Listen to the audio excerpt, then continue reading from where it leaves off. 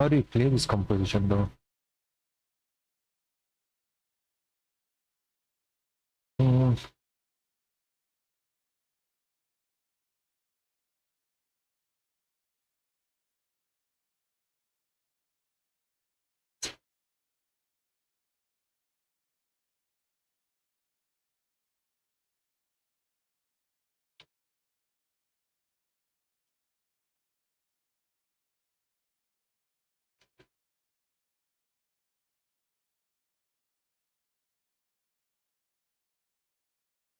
mm, I think I should first.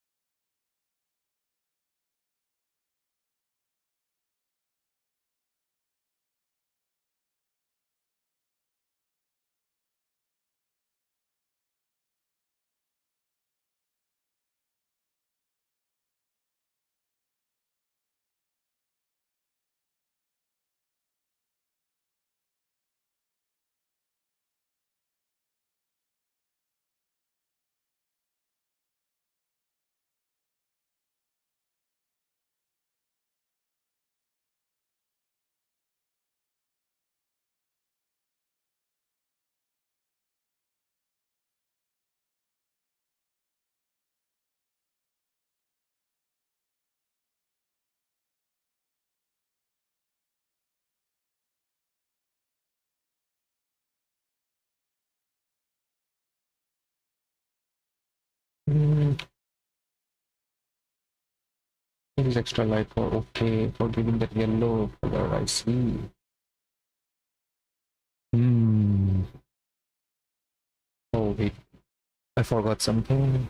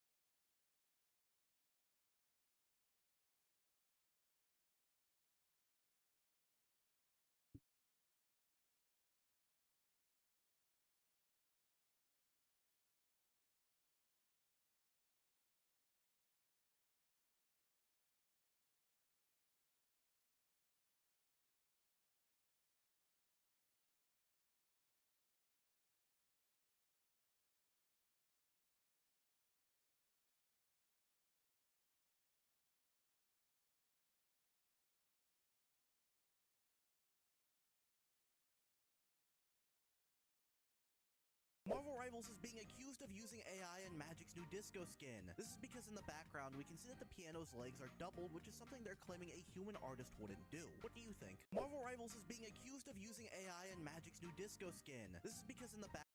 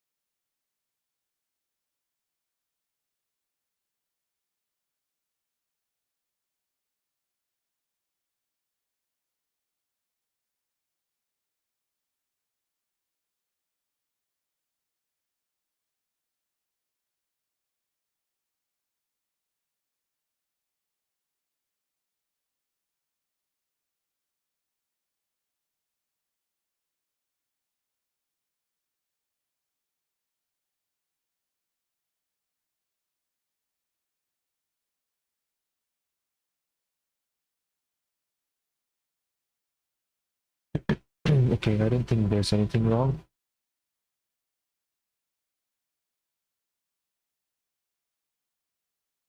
What the hell?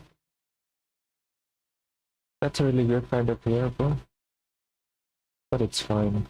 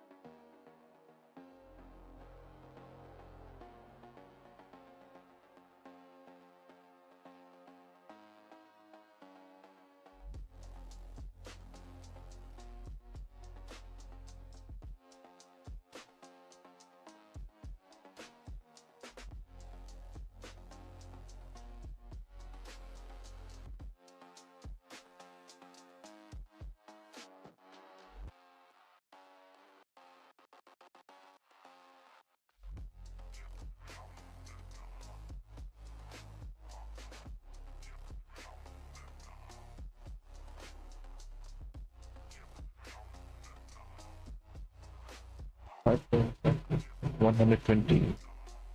120. Why is this like sticker?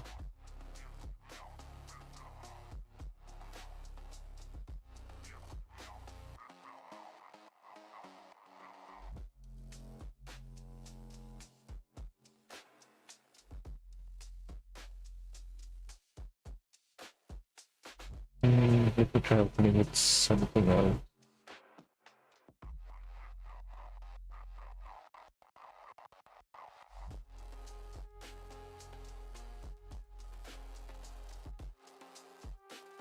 Apparently which isn't supported. Wait, what?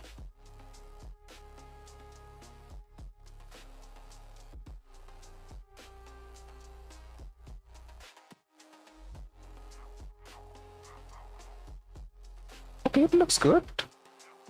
What the hell?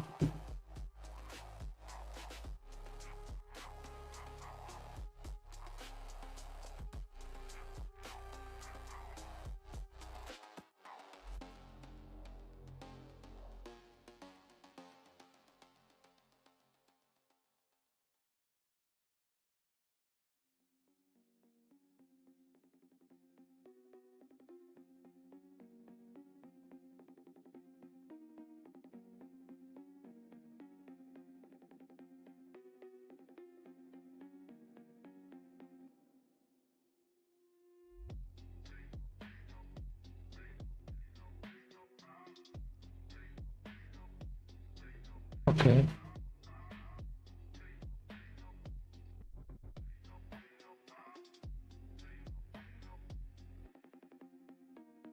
I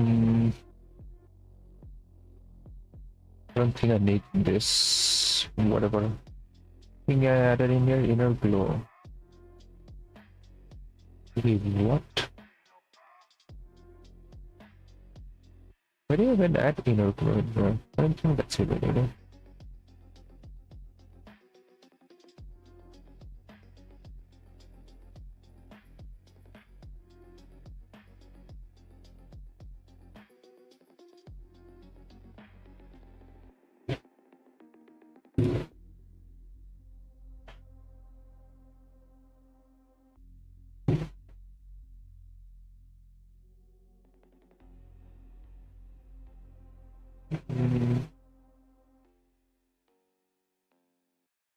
Without this.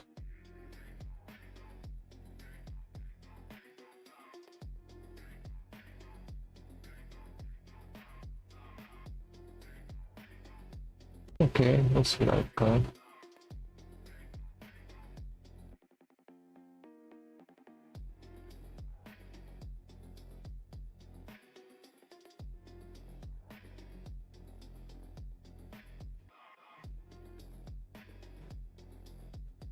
Yeah, close this one. Close this one too.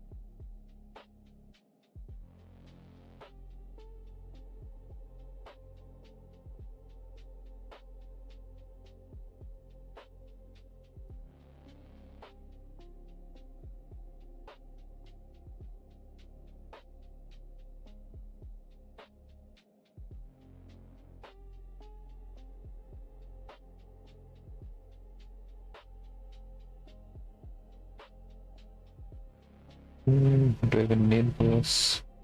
What look like without it?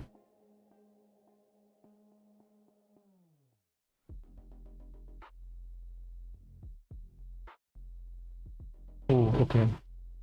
I guess that glows good.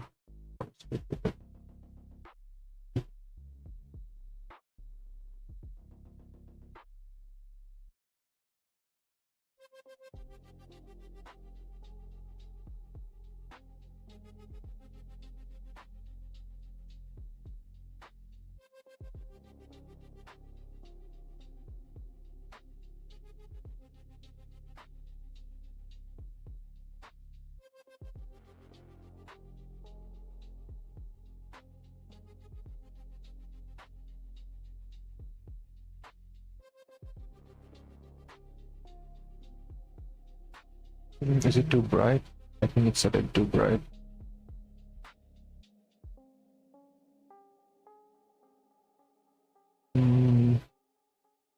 Levels.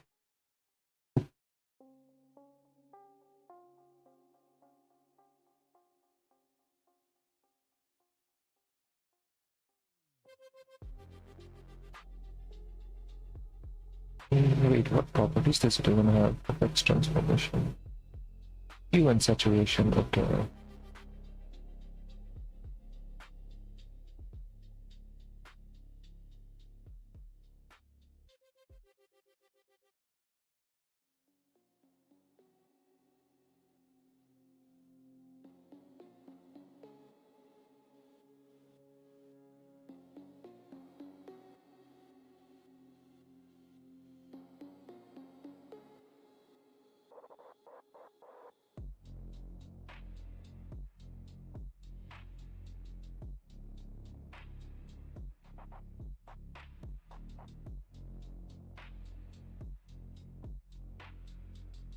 Of course.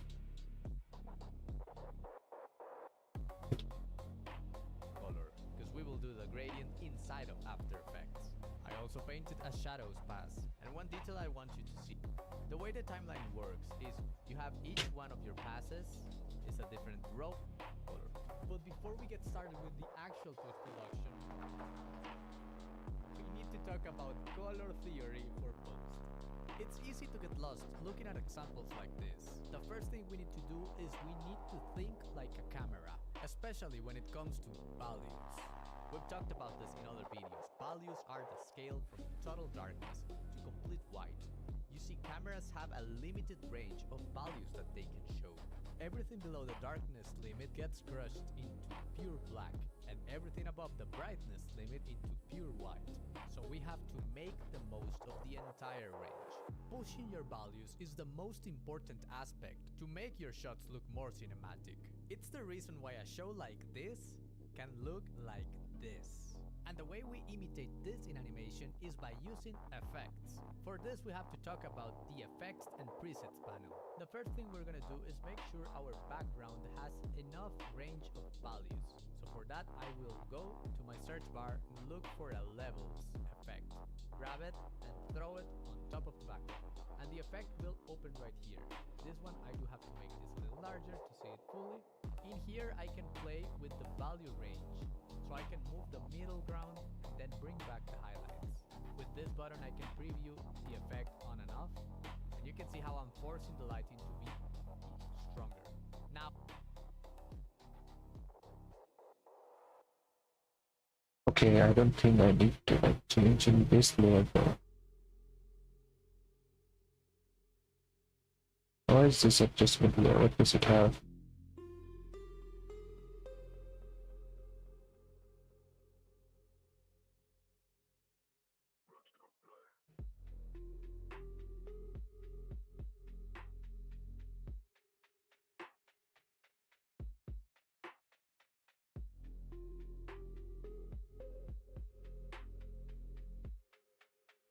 Oh no, not in essential graphic.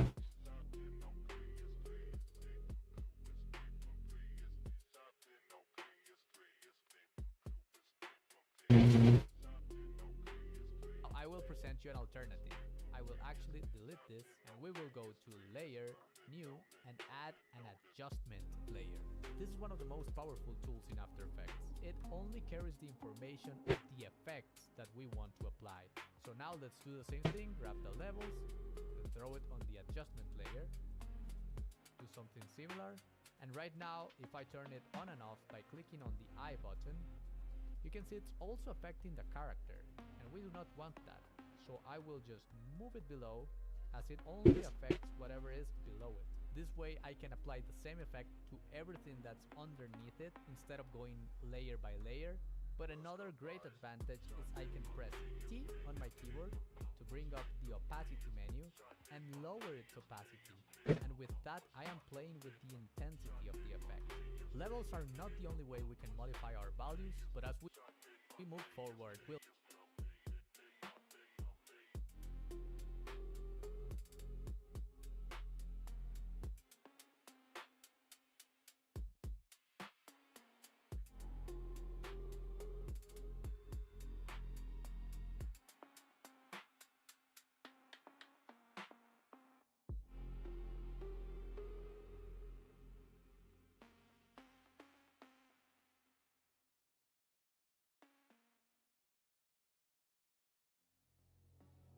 Oh yeah, this one.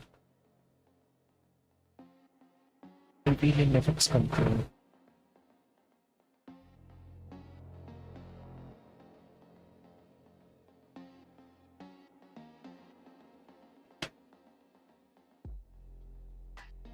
Hurry!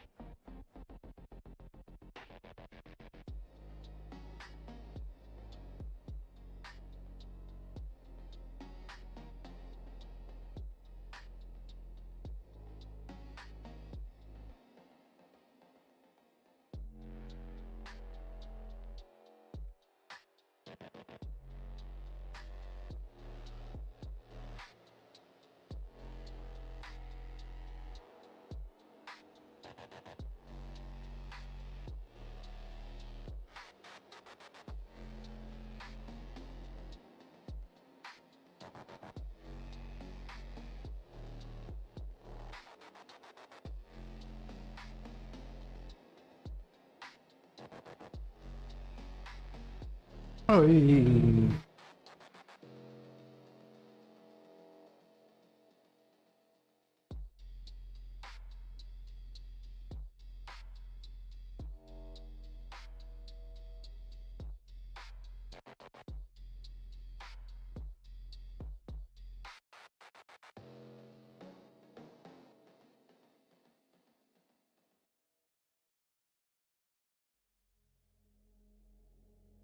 Hurry!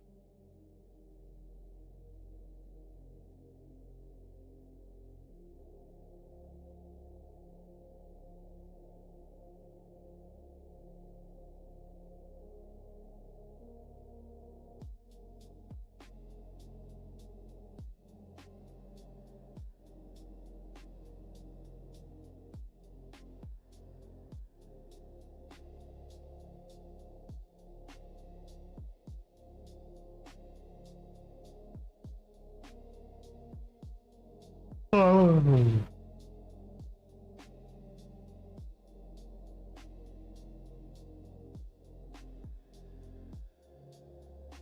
We'll see other ways. Let's rename this.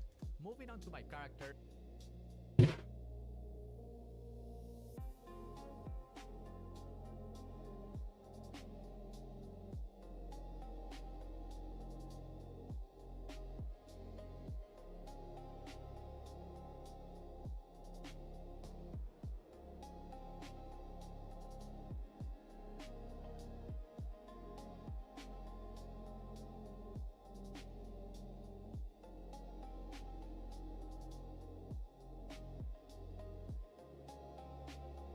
Is this good enough? I think this is good enough. I think this is...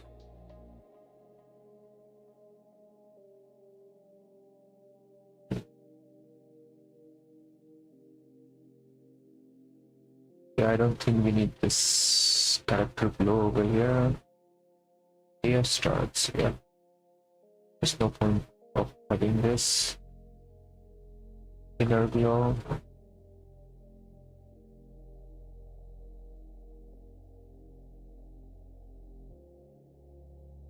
Let's delete this.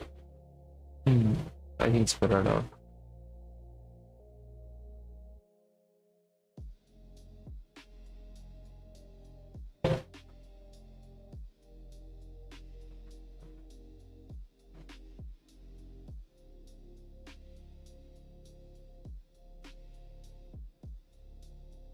Are you serious?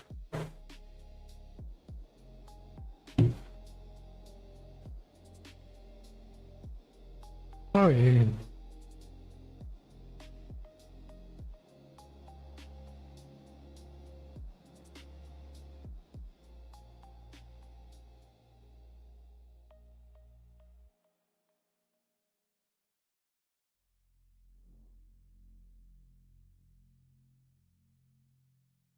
It really doesn't feel. Yeah, I think it's like 2.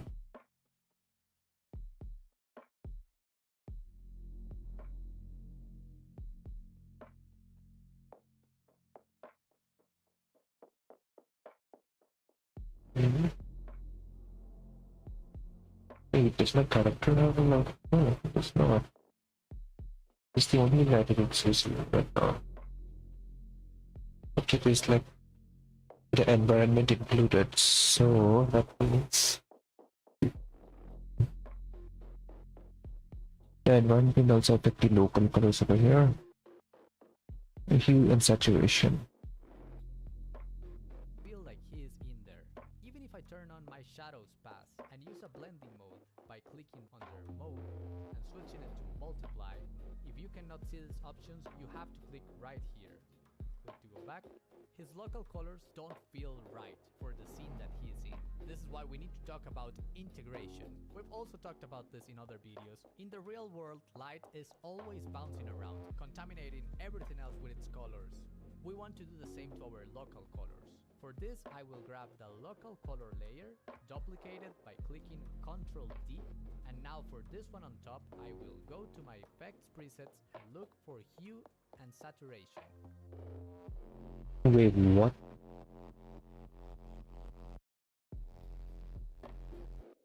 And throw it on top.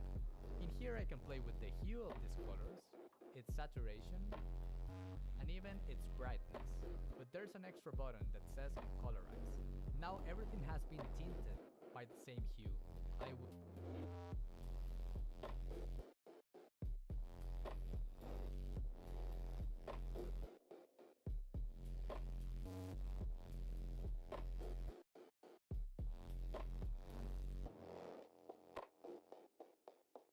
search for a hue that's closer to the scene that we're in. Perfect. We can increase the saturation a bit. And now by using a color blending mode, we will apply it on top. And you can see this doesn't work right now. I will press T for my opacity and throw it to 0. But check this out, as I start bringing it up, there is a point, let's say around 20%, where suddenly the colors feel like they are actually contaminated by the light that's bouncing in the scene. This integration pass is what allows us to use whatever color palette we want while still just worrying about painting the local colors of my character. This way you can use the color of light to tell a story. But how do we know what colors to use? The key to this, as in everything in art, is to use references. But to know which references to search for, I recommend you create a color script, which is an exploration of what story your lighting and color will tell in each scene. Then based on that color script, you can create your mood boards for each of the specific sequences. You'll notice when you start gathering enough references,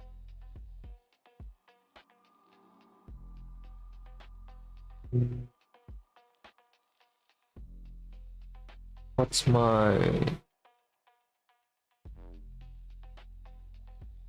hue saturation? Okay. Actually, I want it as high as possible.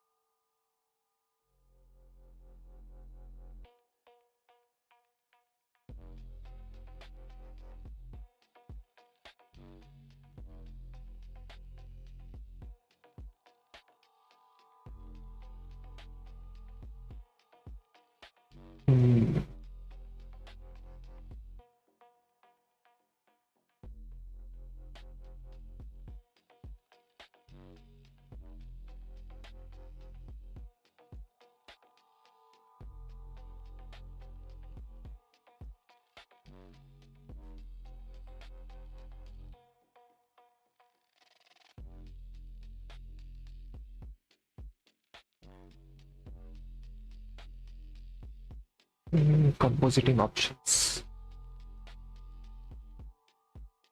Hmm.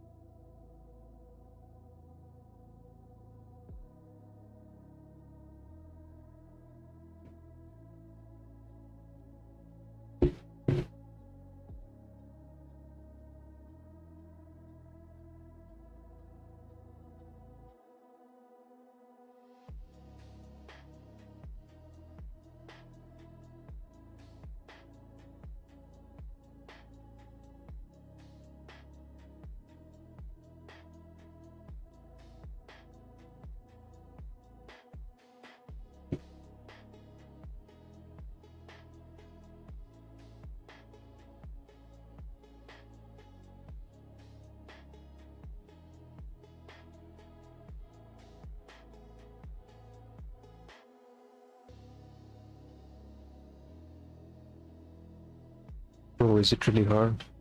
There's no way it's really hard.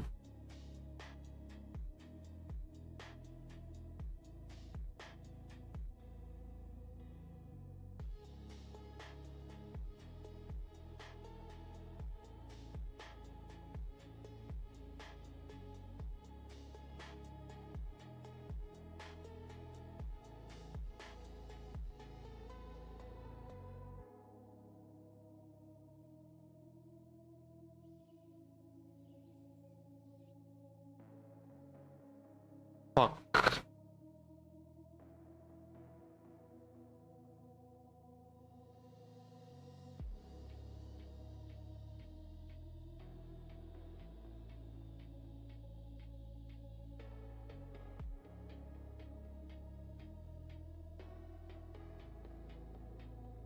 Wait, where was it though? 2 weeks ago. So I want to give a quick shout out to my dad.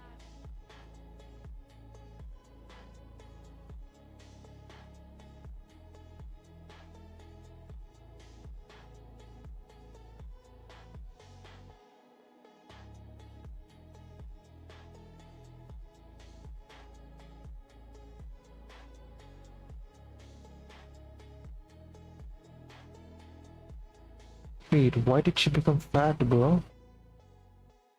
Oh, she always like this. No way.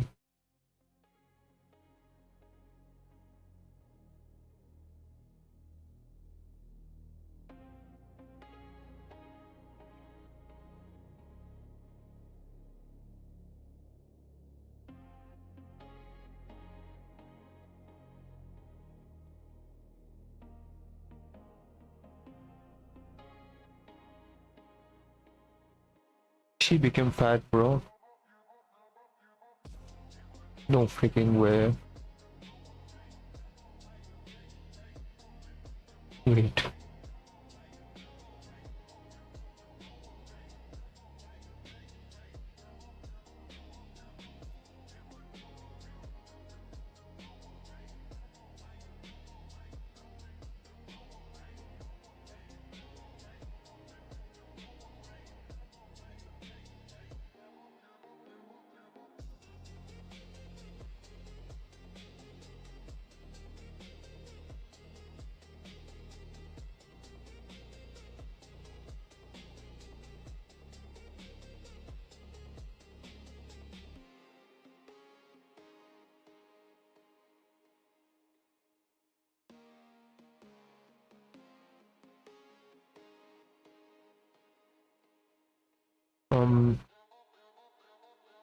You did really turn up comments, Lama.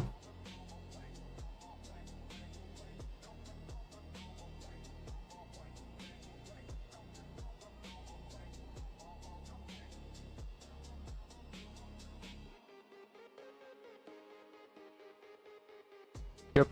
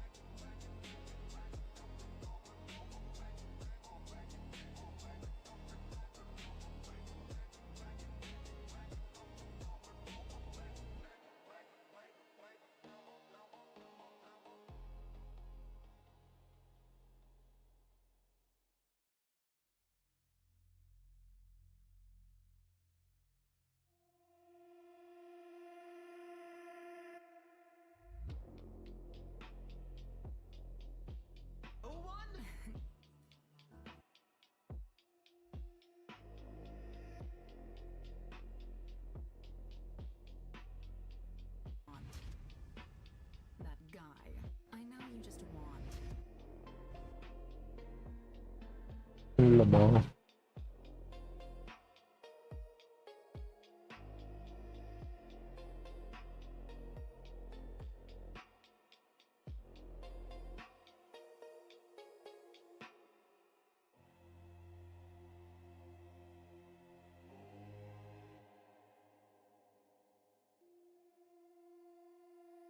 Just for one seek. Okay.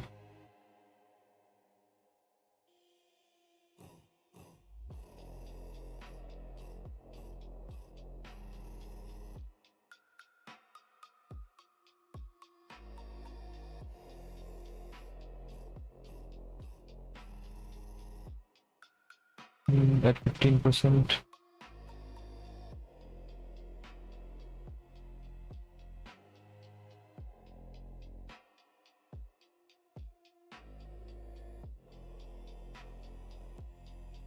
Is the intensity too much?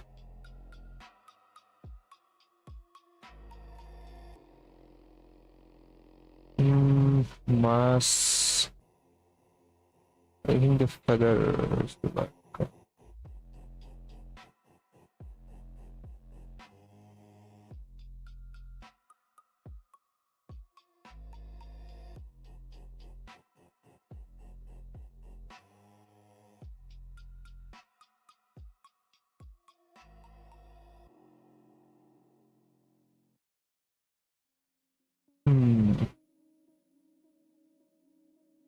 I think it doesn't give out that.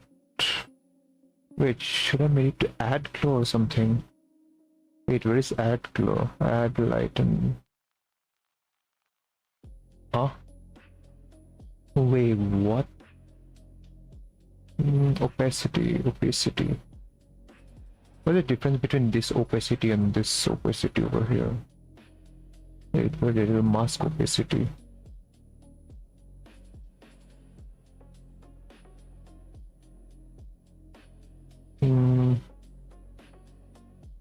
I need to increase the feather a little bit.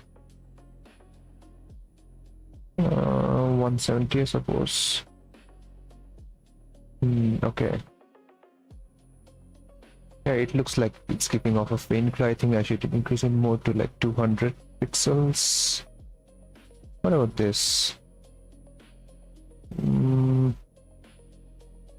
Yep, I think this is better.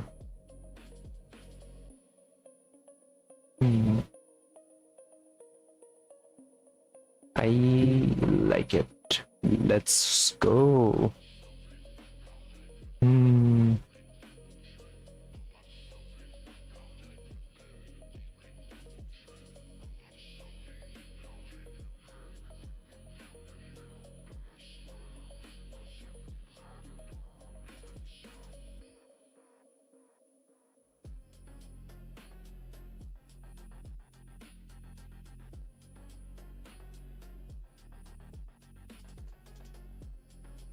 Okay, I think I should start working on my other animation, which is over here.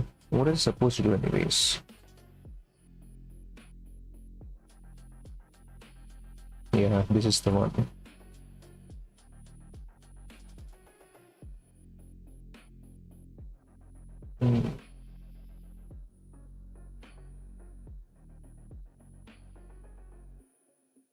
Backgrounds, I think I should do some more about the background.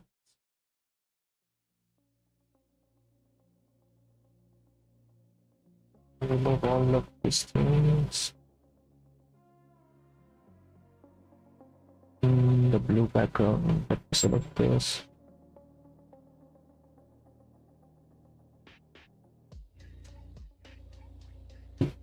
You know what, let me just export to this. Add to render queue. Yes. Lossless.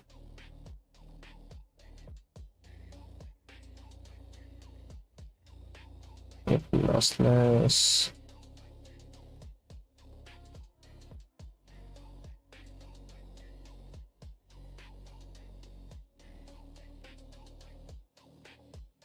Huh?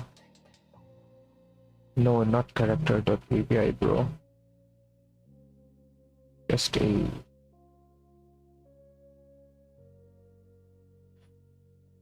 Yeah.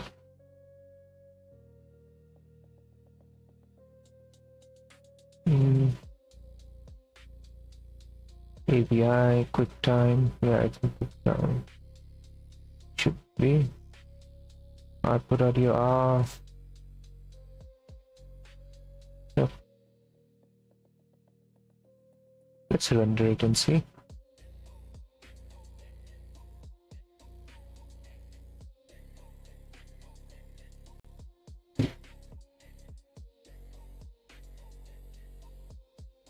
I love it.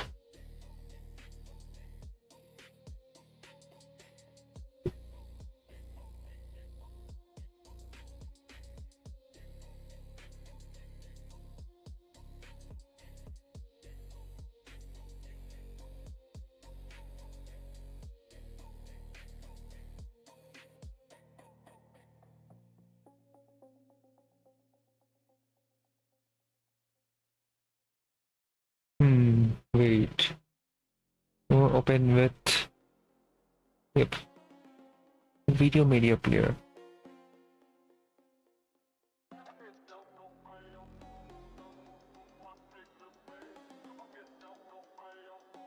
I like it.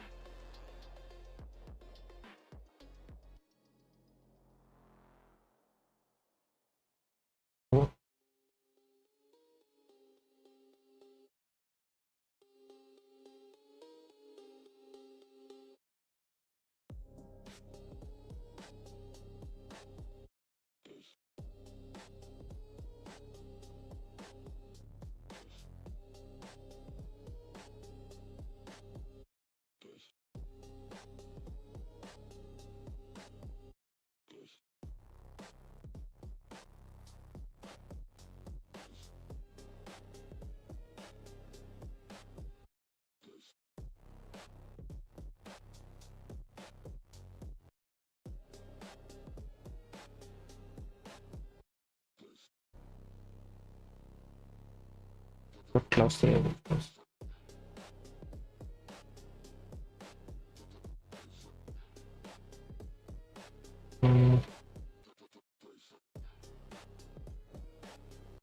no.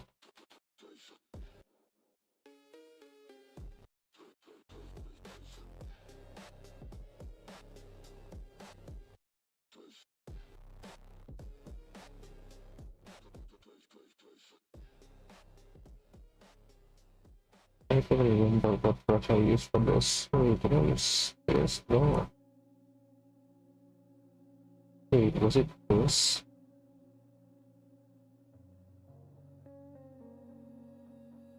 No.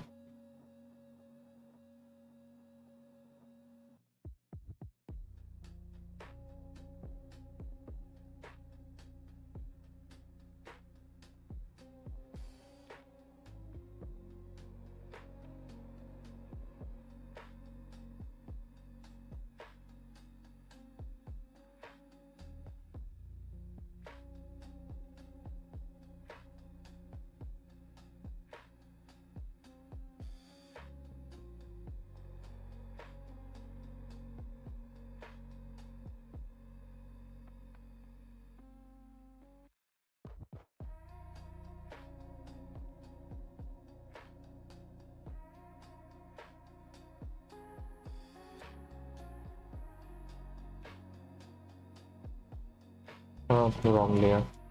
Ah.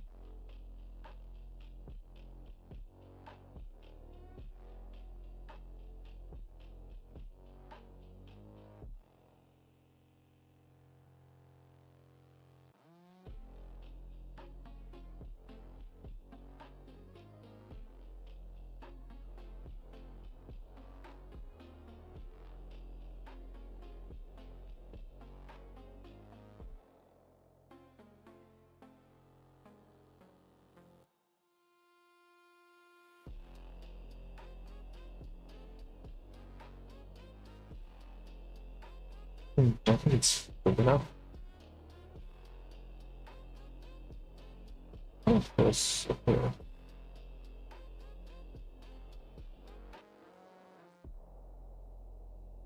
But that I can use this. No.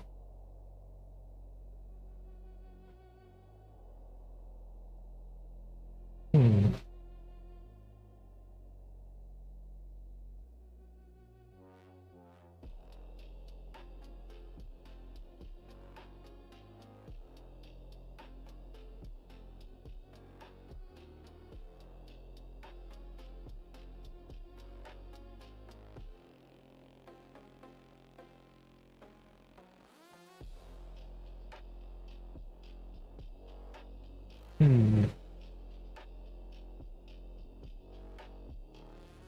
Restart please.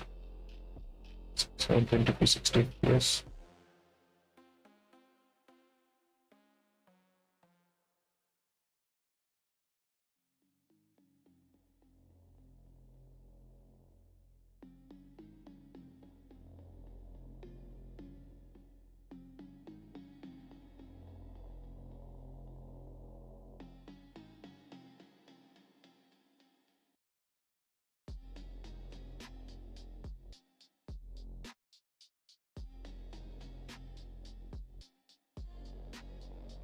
Hey Lamar.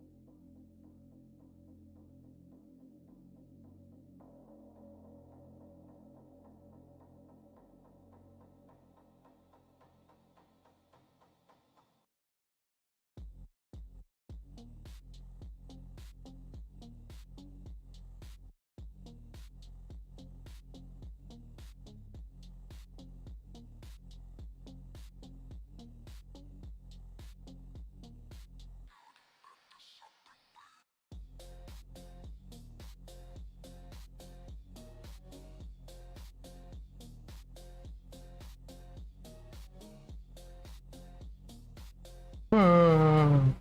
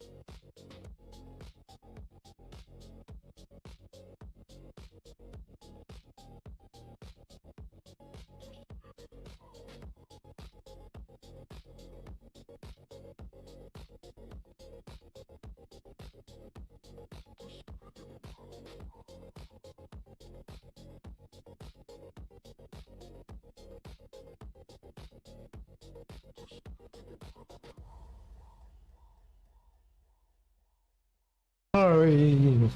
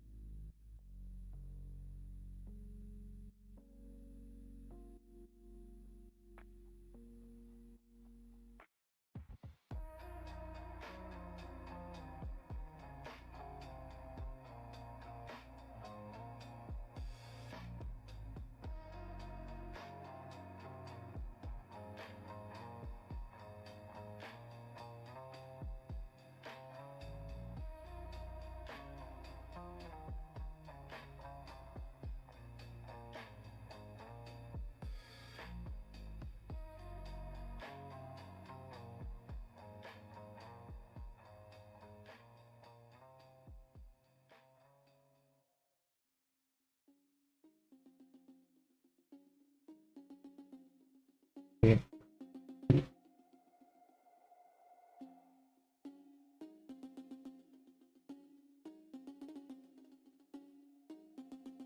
Hmm.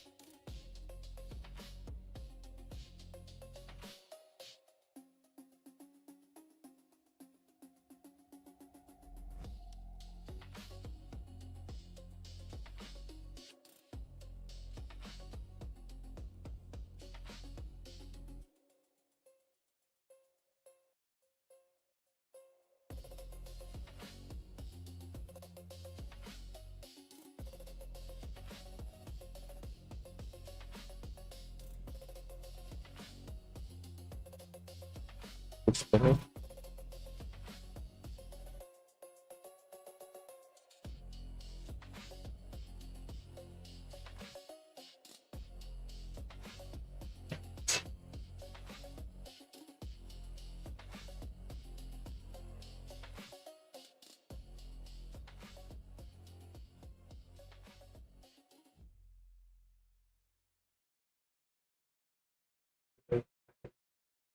I see you. Come on, try stopping me or something.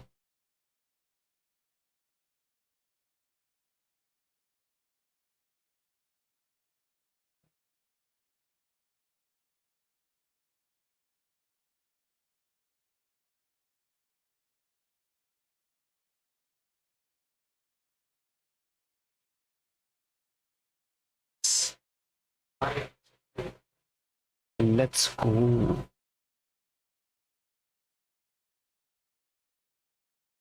Any geek with a calculator has known for months that while AI is here to stay in some form, the financial house of cards that has propped up the recent explosion in investment is at best unsustainable and at worst threatens to destabilize the world economy. But the cracks are starting to show in a way that I don't think anyone can ignore anymore. Video Cards reports that DDR5 prices have begun to drop in markets around the world. And while many AI leaders claim that we are not in a bubble, in an interview with The Verge way back in last August, OpenAI CEO Sam Altman himself acknowledged that When bubbles happen, smart people get overexcited, acknowledged that the way that some money is flowing into the AI space is not rational, and also said someone's gonna get burned. I mean, of course, he doesn't think it's gonna be him, but his credibility took a pretty big hit recently when he told two of the biggest DRAM producers in the world, "Yes, I think I'll buy 40% of your total production capacity. Here's a letter of intent to that effect," followed by, "Actually, lol, never mind." What? That's the big business equivalent of, oh yes, Mr. Furley, I know it's the first of the month, but don't worry, the check's totally in the mail. So let's talk about why I think that we are right now at the beginning of the end for the irresponsible money that's getting dumped into AI infrastructure, and why I think this will finally be a break for consumers after months of beatings. Now to continue my own beatings until Segway improves. To our sponsor. Proton Mail. Even if you're not looking for an alternative, Bro's gone mad, like what the hell? maybe it's time to start. Many providers can use your inbox No, to track that's your not how it's supposed to behavior. be. Learn more about Proton Mail using our link down below. Crop clean, yeah.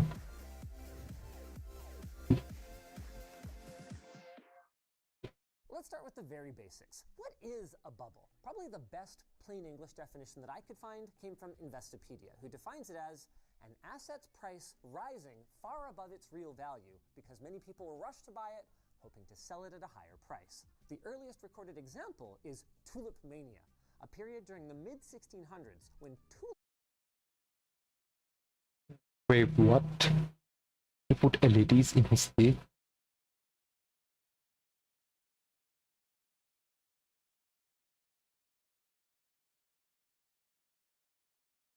tulip bulbs became the status symbol du jour in Holland, causing values to soar uncontrollably, with rare specimens apparently rivaling the price of a fine house on the Amsterdam Canal.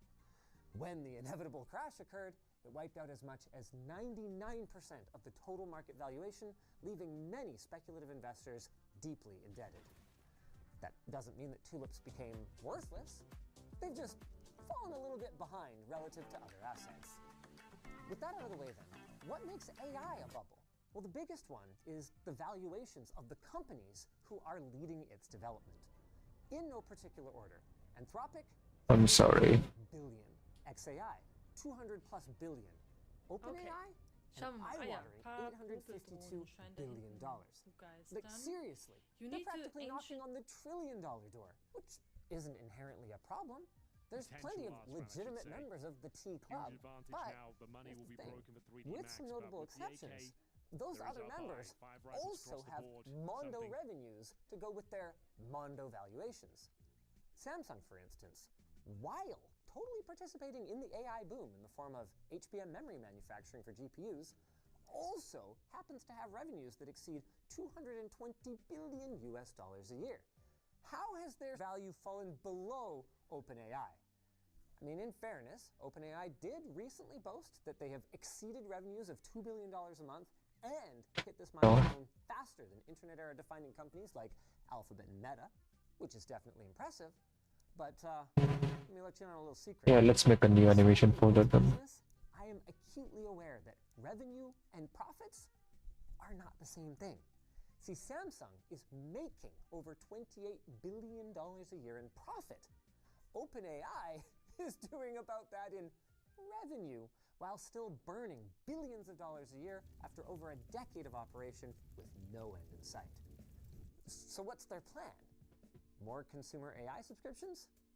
OpenAI says this is going to Okay, this is gonna be the clean-out line now. Infrastructure to flood the world with intelligence as cheap and ubiquitous as electricity. After which, I assume the plan is to leverage their position to squeeze their locked-in customers for profit. But, I mean, they already have 900 million users.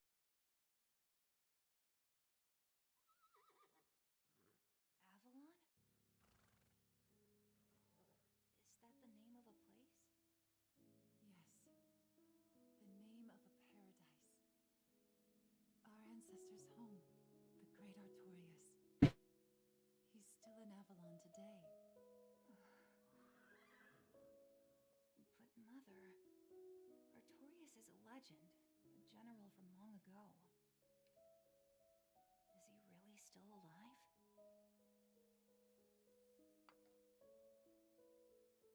He surely is. Avalon lies far across the sea to the west. If you go far to the west, across the ocean, you'll find a wonderful place called Finland, where the sun shines bright, plentiful. No slave traders, far from the wars of man. A place free from the suffering of old age and death. And Artorius is there, recovering from all of his battle wounds. Wow. Once he's healed, We'll go there he'll come back. someday. He'll finally return and be with each What one do of you think? You could come with us delivering us. He'll come back. someday. He'll finally return and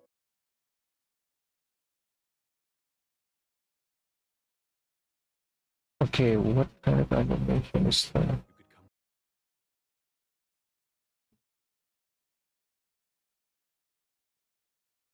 us. delivering We us could live in peace. from all our suffering.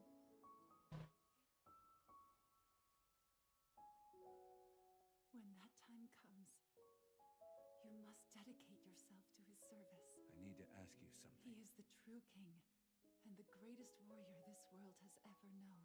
Do you want to become our leader, Thors? Become his wisdom. Become his sword. Then someday.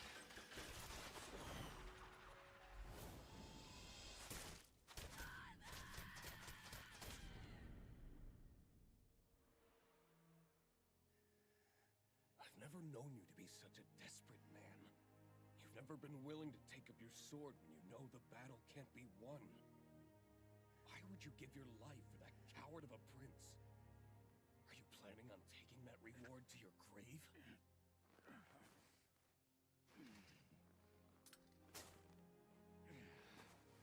Age is getting the better of me, which means time isn't exactly on my side anymore. At this point, I can't wait any longer. I've done that long enough. I'll be gone before the true king comes back from Avalon. I will create a paradise right here on Earth. A peaceful and prosperous place. A utopia for those who suffer through this life. Far to the west, It may not be achieved in this generation, across the ocean. but I will take the first steps towards its inception. Finland. God will likely cherish me and lovingly call me to his side. Come back home. And then, in that very moment, I'll relay this message. Why would I? We don't need heaven nor its trials anymore. A paradise of our own making is now on Earth, forever. Somebody has to do it. Not heroes, gods. We will take back that which we have lost. I'm willing to become a demon if that's what's necessary. And I shall serve you, my prince. Tell me, how do you intend to live? From this day on, long after I've rotted away, how do you intend to live your life, Thorfinn? Something tells me you haven't even thought about it till now. Just shut up. Like it or not, you'll have to move on. Time to pull yourself free. Don't get stuck in a worthless place like this forever. Go far, far away, even further than where Thors went. You, the son of Thors, will go there. That will be your true fight. And you must never forget. Anything less is pointless. You have what it takes to be a true warrior. Son of Thors, find it.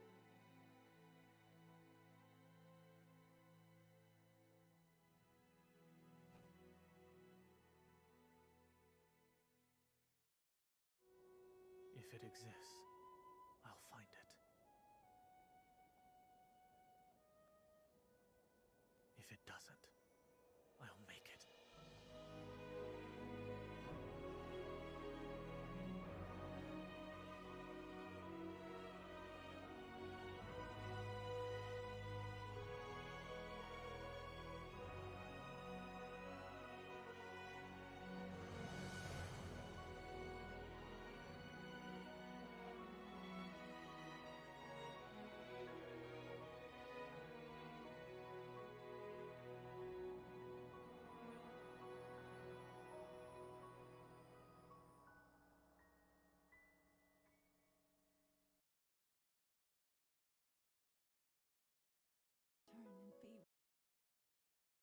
Yeah, I need to animate that grass thingy.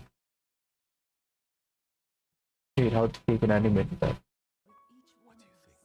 You could I have no idea about. But I think I should be animating that.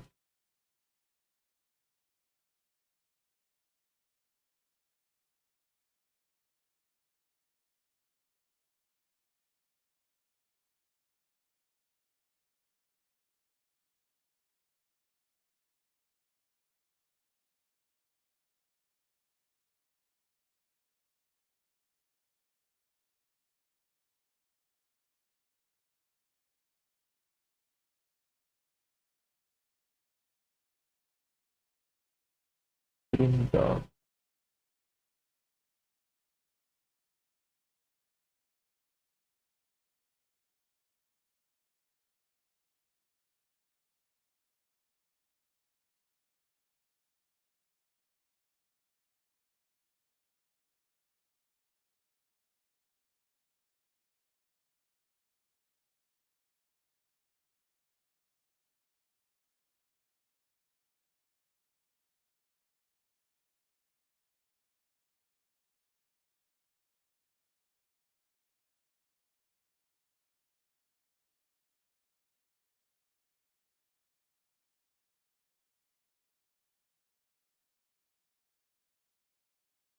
The signal dropped 3 registers in the space of a single breath, and I knew before the calibration lenses finished their rotation that this was not turbulence.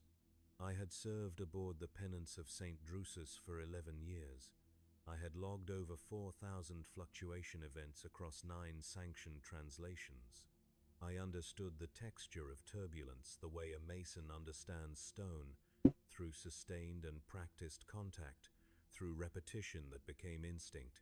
Turbulence scattered, turbulence sheared across frequency bands in patterns that were violent but ultimately legible. What I registered in the choir chamber on the 312th day of our passage through the rift shadow lanes was not scattering, it was subsidence. The Astronomican's echo did not weaken, it did not fracture or blur, it sank. The entire signal body descended as though the medium carrying it had deepened without warning, the way a river might suddenly lose its bed and spill into a cavern system no surveyor had mapped. I held the focus array steady with both hands, my fingertips slick against the brass contact plates. The choir behind me maintained their chant.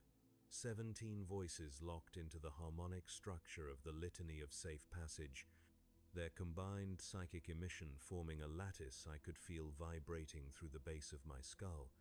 They had not noticed. Their perception operated at sanctioned depth, and sanctioned depth was precisely calibrated to register the warp's navigable surface, the layer where the Emperor's light cut its corridor through madness. I operated 1 layer lower. That was my function.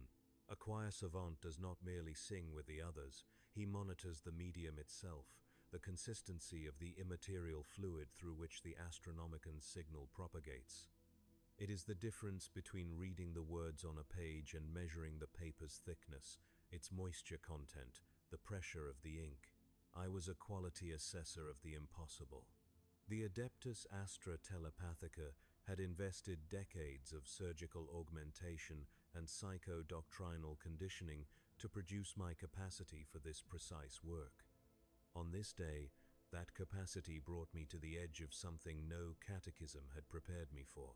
The Lord Captain's order had come through the encrypted Vox channel reserved for priority navigation matters. His voice carried the particular flatness of a man accustomed to issuing commands he did not fully understand, but trusted implicitly in the hierarchy that demanded them. We had been in translation for over 300 standard days. The Cicatrix Maledictum's shadow lanes were not true passages through the Great Rift. They were scar channels, regions where the rift's intensity thinned enough for Geller-equipped vessels to endure passage without immediate dissolution. Thin did not mean safe.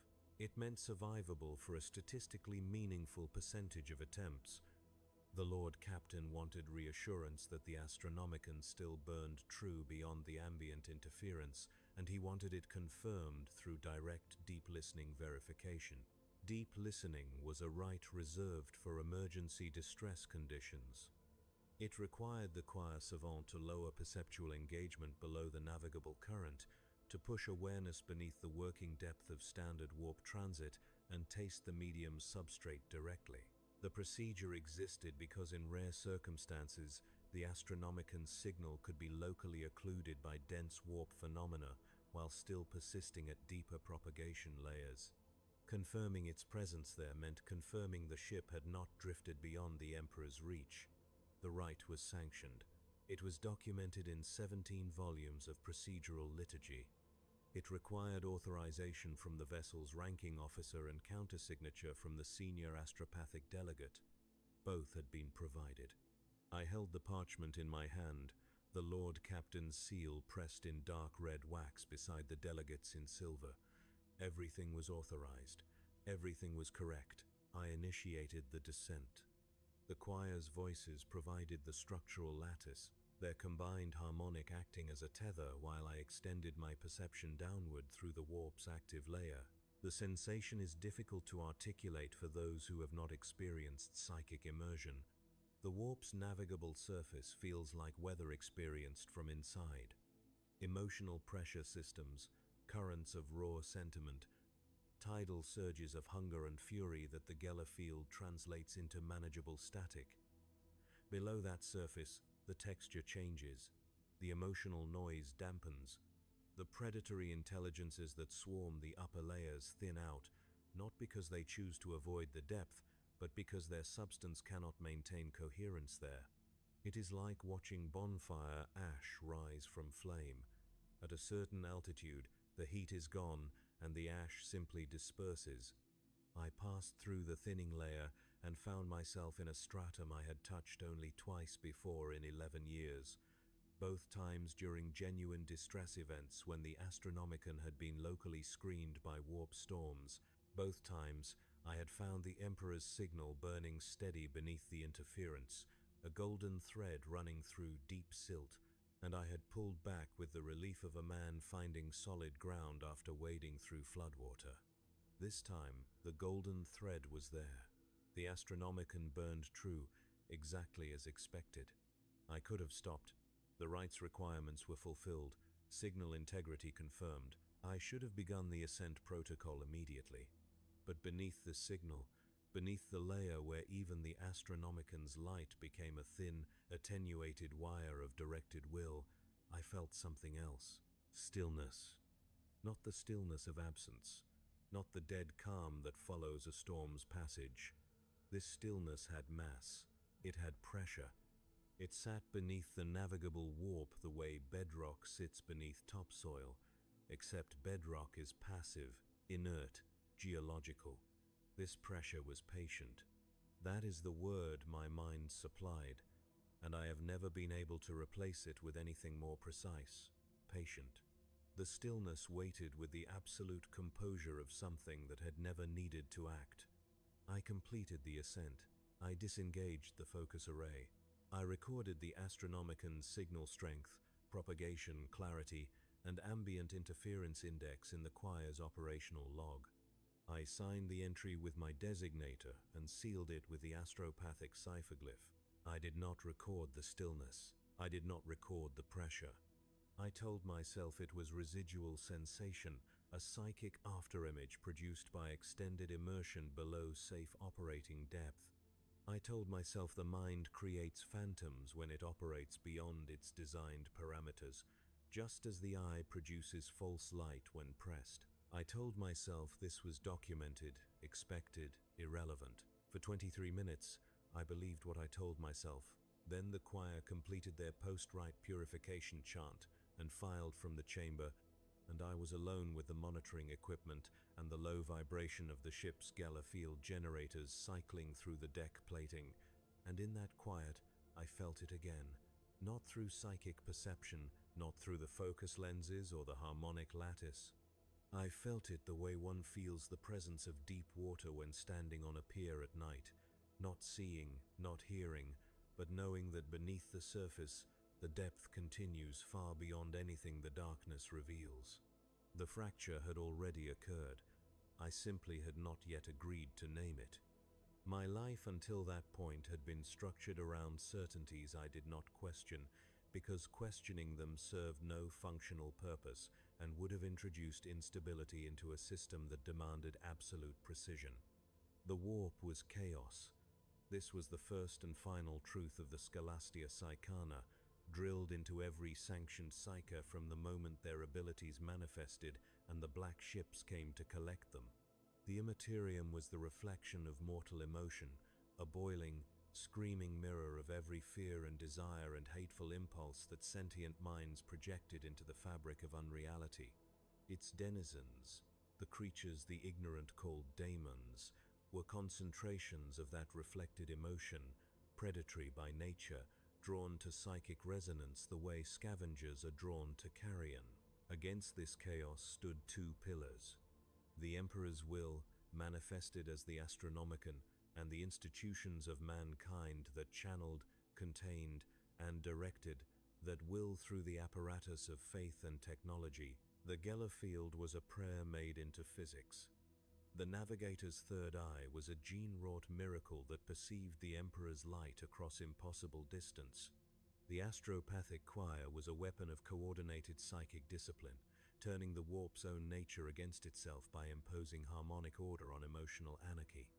Every element of my existence reinforced this framework. Morning began with the litany of sanctioned perception, a 7-minute recitation that established the parameters of acceptable warp engagement. My psychic faculties were activated, calibrated, and bounded within doctrinally approved limits before I was permitted to approach the choir chamber. The litany named every permissible sensation. It catalogued every authorized depth.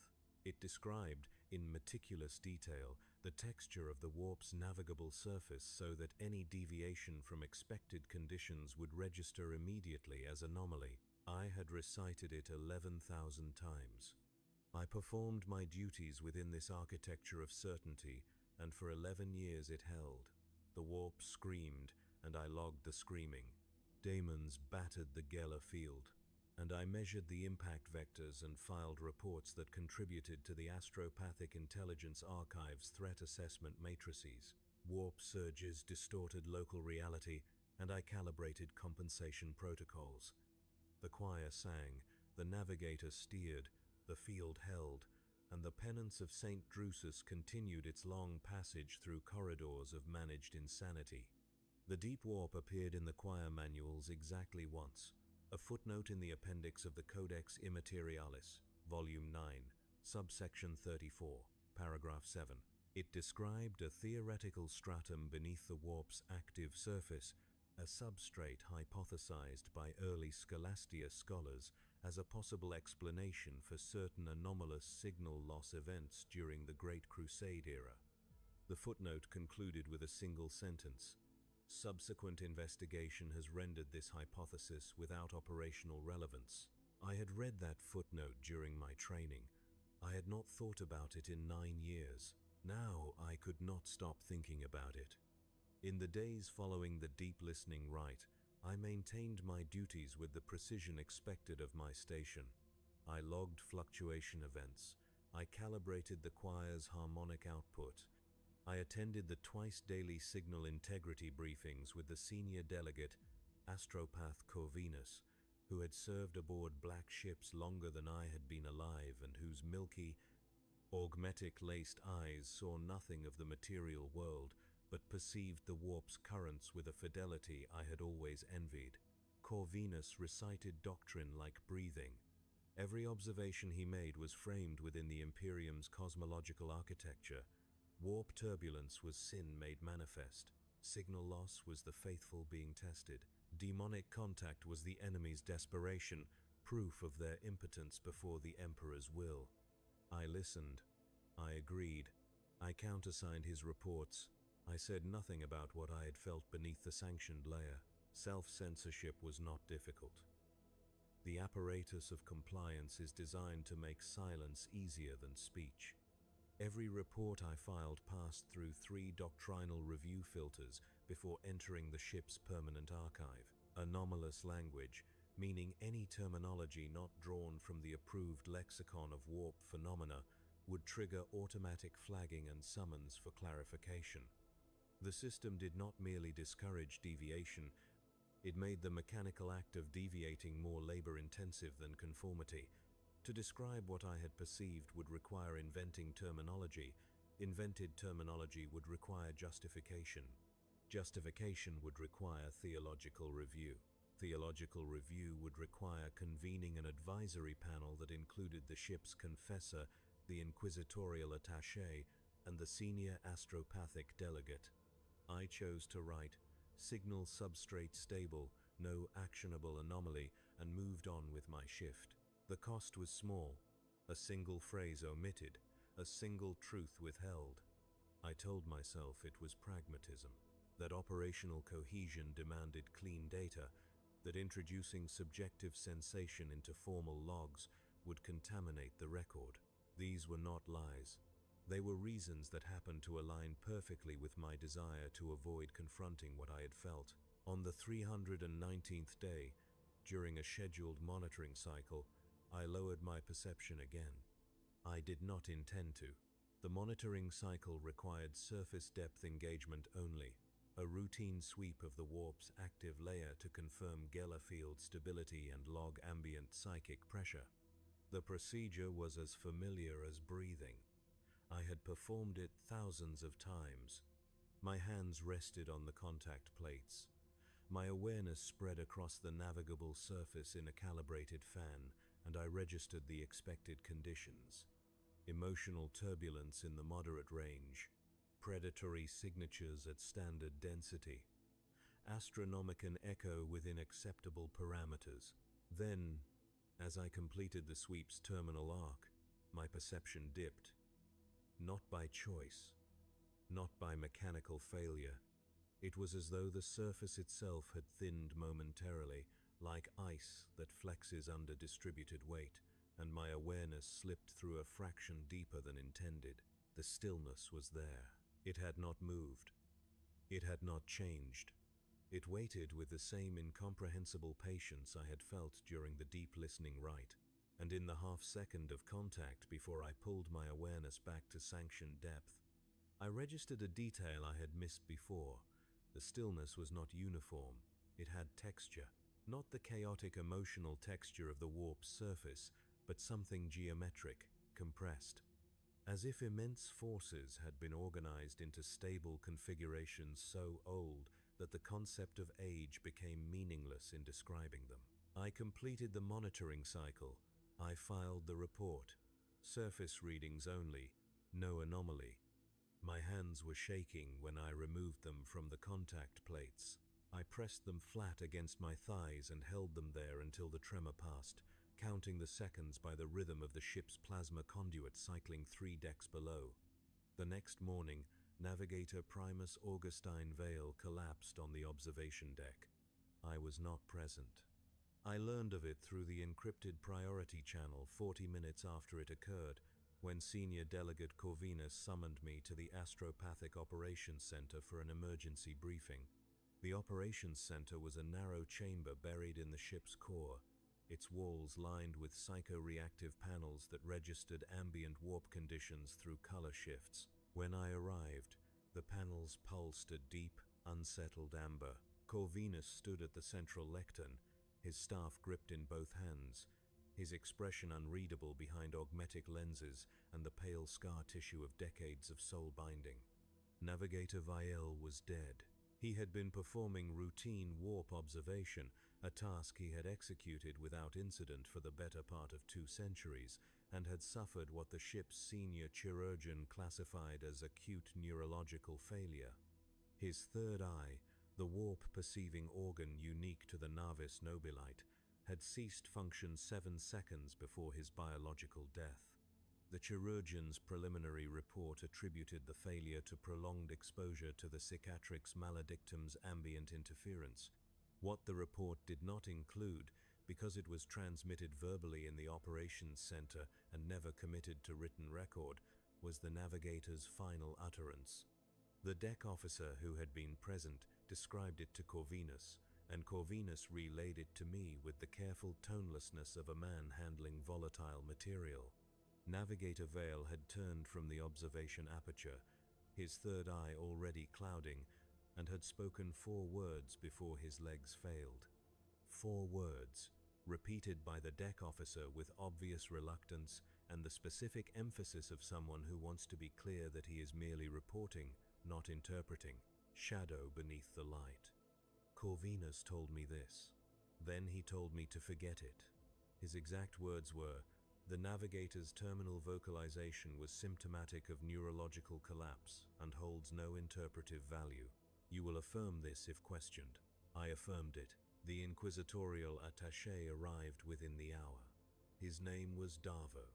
He held no visible rank insignia and wore the plain grey coat of a minor administratum functionary, but every officer aboard the Penance knew what he was, because every black ship carried one, and their presence was an open secret maintained through the polite fiction of bureaucratic anonymity. Davo sealed the observation deck, collected the chirurgeon's report, interviewed the deck officer, and issued a standing instruction that any further discussion of Navigator Vale's death would be limited to the official medical finding. I was summoned to Davo's quarters the following morning. The room was small, Spartan, and dominated by a writing desk covered in data slates. He offered me recaf. I declined. He asked me to confirm that no anomalous warp signatures had been recorded during the period surrounding Navigator Vale's collapse. I confirmed this because it was technically true. My monitoring equipment had registered nothing abnormal at sanctioned depth. He asked me to sign a formal attestation to that effect. A single sheet of parchment, pre-printed with standardized language declaring that the astropathic choir's instruments had detected no evidence of demonic activity, warp breach, or anomalous psychic phenomena in connection with the incident. I signed it. My stylus moved across the parchment with the steady pressure of practiced compliance, and as the ink dried, I understood that I had done something more consequential than omitting a detail from a monitoring log. I had formally bound my name and authority to a narrative I knew to be incomplete. The navigator had not died from prolonged exposure to the rift. He had seen something from below. His third eye had not burned out from excessive input. It had been occluded, covered, closed from beneath, exactly as he had said, by something rising upward from a depth the official record did not acknowledge. I knew this because I had touched that depth myself. I knew this because the stillness I had felt was precisely the kind of phenomenon that could interact with a navigator's warp site without leaving any signature detectable by standard instruments. It was not demonic. It was not chaotic. It did not register on any scale the Imperium possessed for measuring warp threat, because every scale the Imperium possessed was calibrated for the warp's surface. This was not surface. And I had just signed a document declaring it did not exist. The days that followed compressed into a routine that felt increasingly like performance. I recited the litany of sanctioned perception each morning and heard the words as sounds rather than meaning. I calibrated the choir's harmonic output and monitored the navigable surface and filed reports that described a warp I no longer believed was the whole of what surrounded us. The choir sang. The replacement navigator, a younger woman of the same noble house, took her position at the observation aperture with the rigid posture of someone determined to prove that the post was not cursed. The Geller field cycled steadily. The penance of St. Drusus continued its passage through the Rift Shadow Lane. On the 329th day, the warp attacked. The assault came without the gradual pressure build that typically preceded demonic incursion. One moment, the ambient readings held within normal parameters. The next, the psycho-reactive panels in the operations center flared a violent, saturated crimson that I had seen only twice in my career, and the ship's hull began to ring. The sound was not metallic. It was organic, a keening that resonated through the superstructure as though the vessel itself had become a tuning fork struck by something vast. The Geller field's output spiked as it compensated for external pressure. Alarm klaxons triggered across every deck. The choir, drilled for this eventuality since their earliest training, immediately shifted from standard harmonic to combat configuration, their voices locking into the aggressive, discordant pattern designed to disrupt daemonic coherence. I took my position at the focus array and extended perception to the sanctioned combat depth, which permitted wider lateral awareness at the cost of reduced vertical sensitivity. The surface of the warp outside the Geller field's boundary was alive with predatory forms. I could feel them pressing against the barrier, dozens of semi-coherent entities drawn by the ship's psychic signature, their hunger a palpable weight against my extended senses. Standard threat, manageable threat. The field held. The choir's combat harmonic shattered the weaker manifestations before they could consolidate. Then I felt it again. Not the entities, not the screaming surface chaos. Below, the stillness. But this time it was not merely present. It was active. Active is not quite right. It did not move the way the surface entities moved, with direction and hunger and purpose. It shifted the way a geological fault shifts, not because it intends to, but because accumulated pressure reaches a threshold that physics will not deny. Something in the deep adjusted, and the effect on the surface was immediate. The demonic entities stopped pressing against the Geller field. They stopped because they were no longer there. I watched through extended perception as the predatory forms that had been battering the ship's barrier were pulled downward, not repelled, not destroyed, pulled, as if the surface they occupied had suddenly developed a gradient that their substance could not resist. They unraveled as they descended, their coherence shredding like fabric caught in machinery, their emotional signatures dissipating into something I could not follow because it passed below my sanctioned perception range. The Geller field flickered, not from breach, not from impact, but from resonance interference. The field was calibrated to counter pressure from the warp's active layer. The pull from below created a harmonic mismatch that the field's emitters had not been designed to compensate for. For 3 seconds, the field's output oscillated wildly, and I felt the raw warp brush against the ship's hull without mediation. Then the oscillation corrected. The field stabilized, the surface entities were gone, pulled into the depth. The ambient readings dropped to levels I had never seen during a mid-rift translation, cleaner than real space proximity readings. As though the warp around us had been scoured, the choir fell silent by reflex. 17 voices stopped simultaneously, not because they had received an order, but because the combat harmonic had nothing left to combat. I could feel their confusion through the residual lattice, a collective dissonance that tasted of copper and cold stone. The all clear sounded 9 minutes later. The Lord Captain's voice on the shipwide vox carried the measured satisfaction of a commander whose vessel had weathered a storm. He commended the crew. He praised the Emperor's protection. He instructed all departments to file post-engagement reports within the standard 4-hour window. I filed mine. Demonic assault of moderate intensity, duration 8 minutes, terminated by Geller field stabilization and choir combat harmonic. No breach, no casualties, no anomalies. The ship survived unscathed. Too unscathed.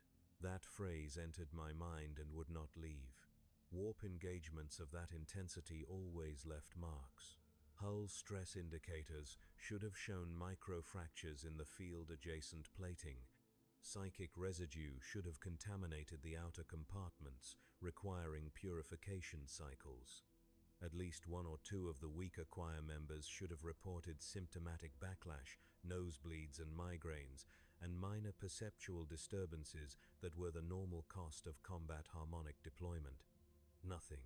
Clean bulkheads, clean instruments, clean minds, as if the attack had never progressed far enough to leave evidence, because something else had intervened before the damage could accumulate. I said nothing. But that night, in the narrow cot of my quarters with the lights extinguished and the deck plating humming its endless monotone beneath me, I made a decision that I understood even then was irreversible. I would lower my perception during the next monitoring cycle, deliberately, past the sanctioned boundary, and I would hold it there long enough to properly observe what existed below. This was not curiosity. Curiosity implies a detached, intellectual interest in discovery. What I felt was the grinding, unavoidable pressure of a man who has seen water rising beneath a sealed door and knows that not looking will not stop the flooding. The depth existed.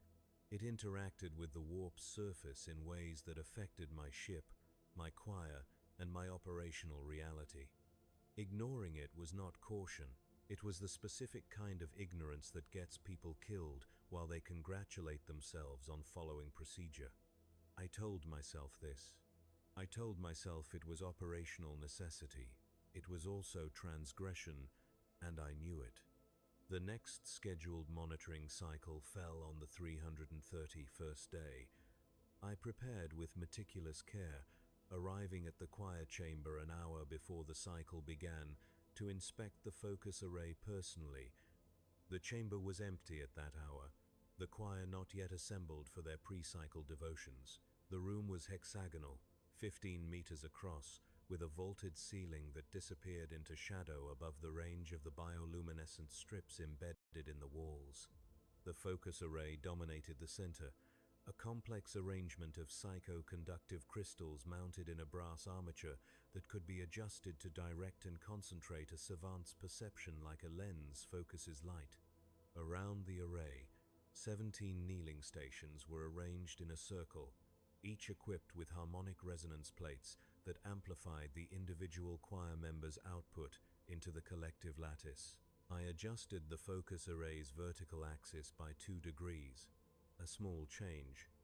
It shifted the array's optimal perception range fractionally lower, enough to extend my awareness without requiring conscious effort that might register as anomalous to the choir members monitoring the lattice's stability. It was the kind of technical modification that fell within my authority as choir savant, a calibration adjustment that required no countersignature and generated no automatic log entry. The choir assembled. The pre-cycle devotions were recited. The monitoring cycle began. I descended. The navigable surface parted around my awareness with its familiar texture of screaming emotion and predatory hunger, and I sank below it as smoothly as a weighted line sinks through water. The transition zone between the surface and the deeper strata felt different this time, thinner, as though repeated contact had worn the boundary the way a path wears through undergrowth. I passed through the thinning layer where demonic coherence failed and into the quiet below. A fluctuation in the monitoring cycle's rhythm compressed my decision window. The choir's harmonic shifted as one of the junior members adjusted her resonance plate, and the resulting ripple through the lattice created a momentary widening of my percentage of the bioluminescent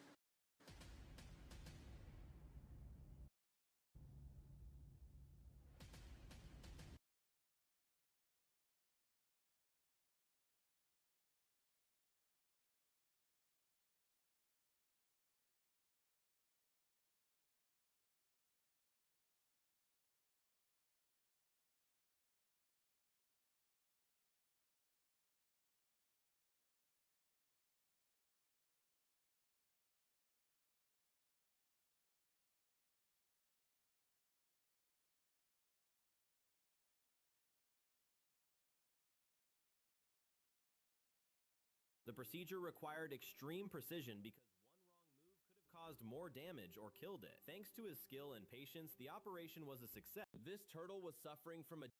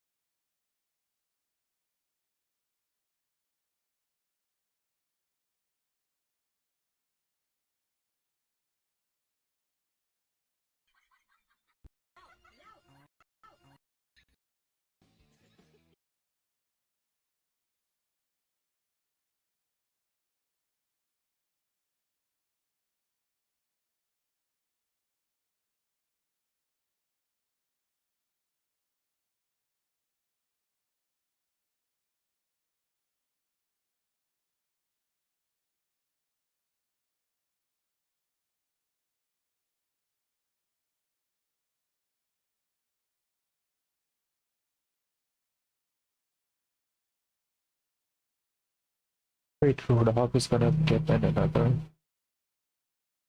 Bro.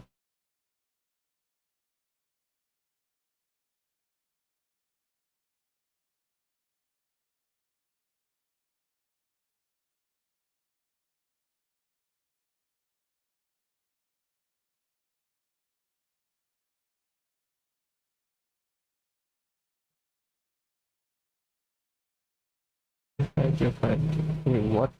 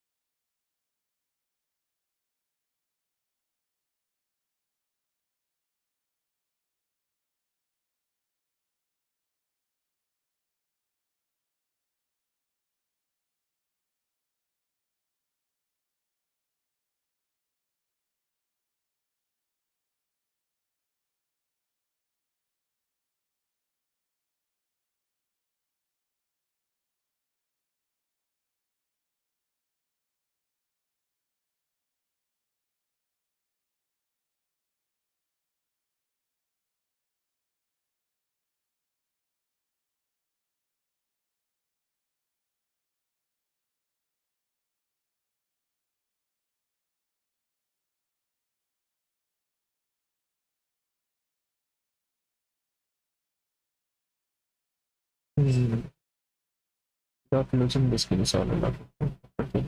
Better character, okay.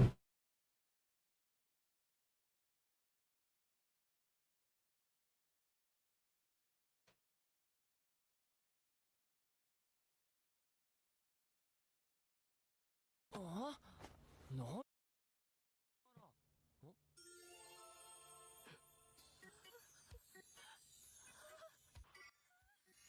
だってこいつは男の制服着てそれに名前も清志郎って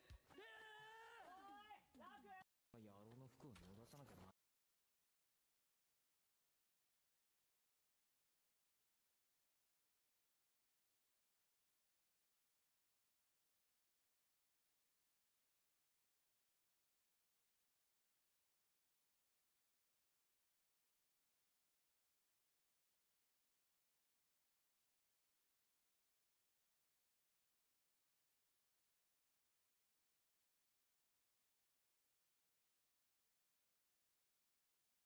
Bro.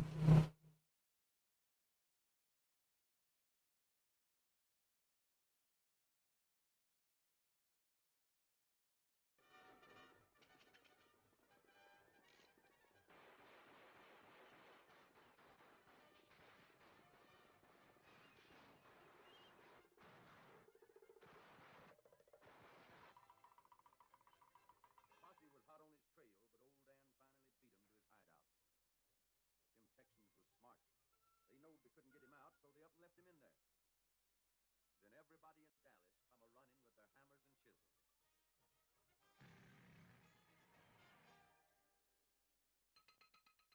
And that's how come they built the first jail in Texas, 1,000,000 years ago. He's still standing in Dallas today, an everlasting historical monument to the memory of old Dinosaur Dan, the first Texas bad man.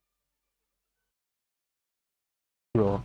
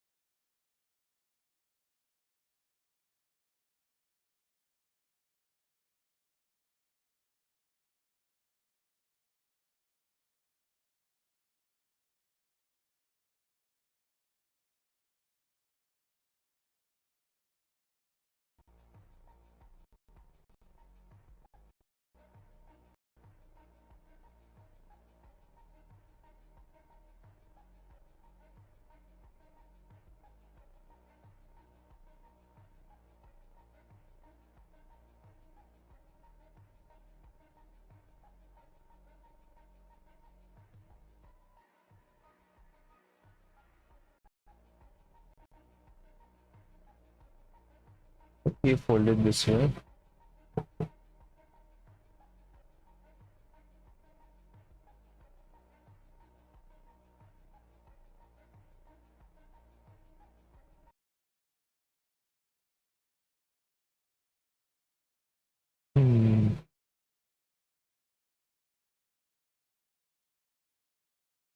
I decided to use the paper and do something.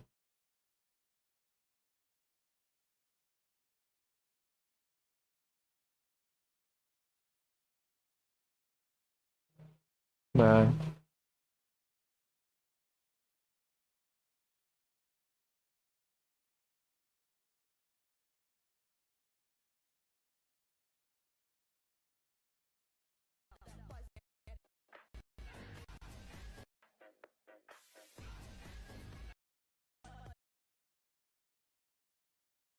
What?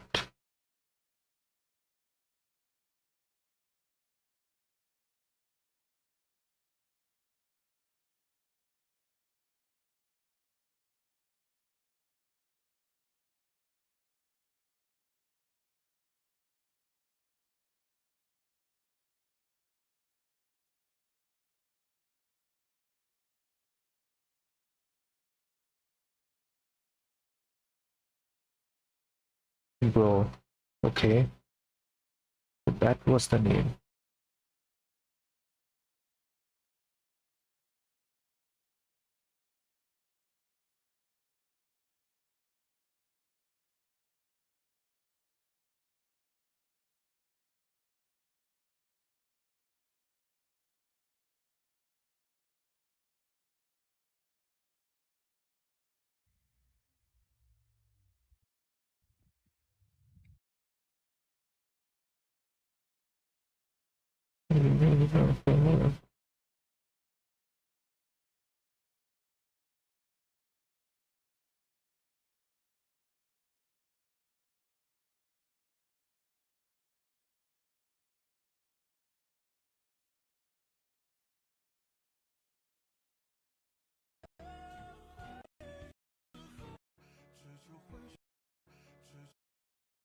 Bro.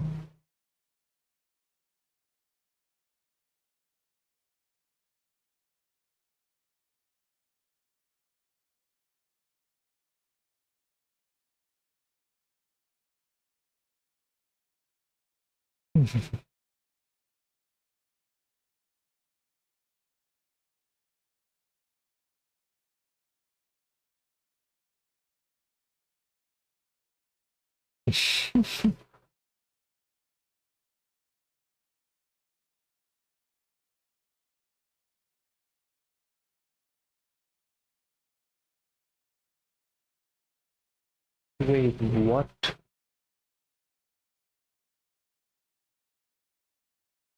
Okay, this looks like shit, bro.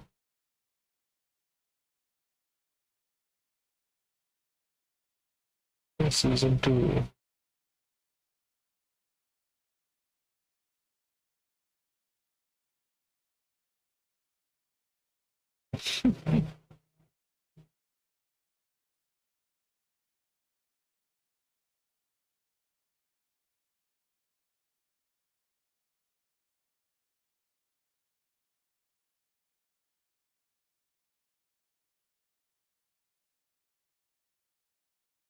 Okay, it's really bad now.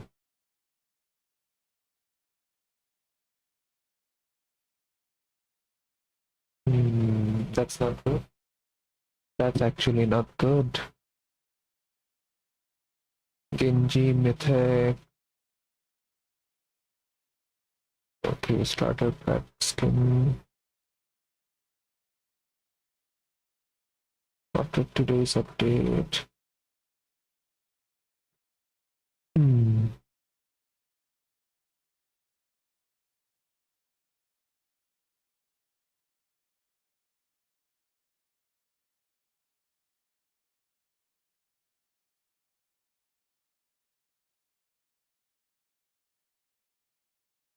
What even is that skin, bro?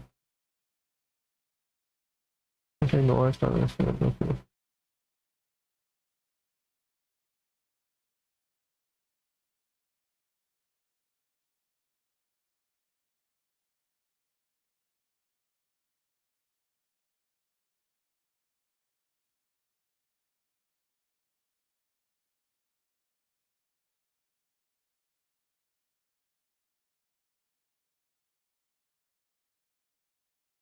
Yeah, what's that for the camera?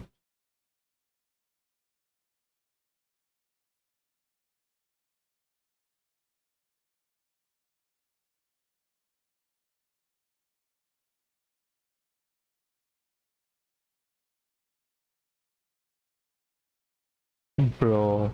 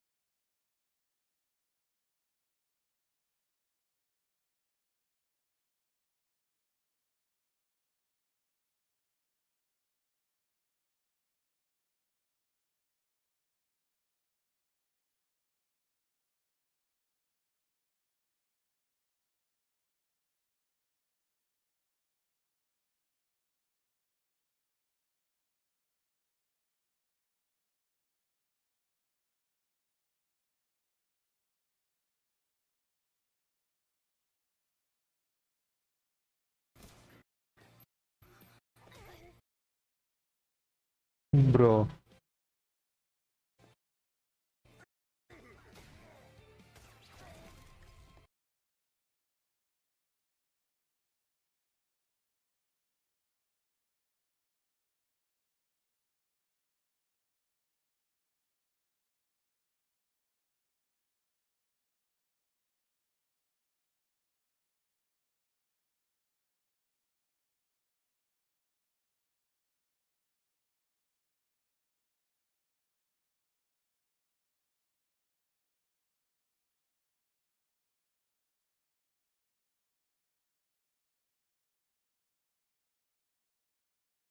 Mm, never mind, I guess.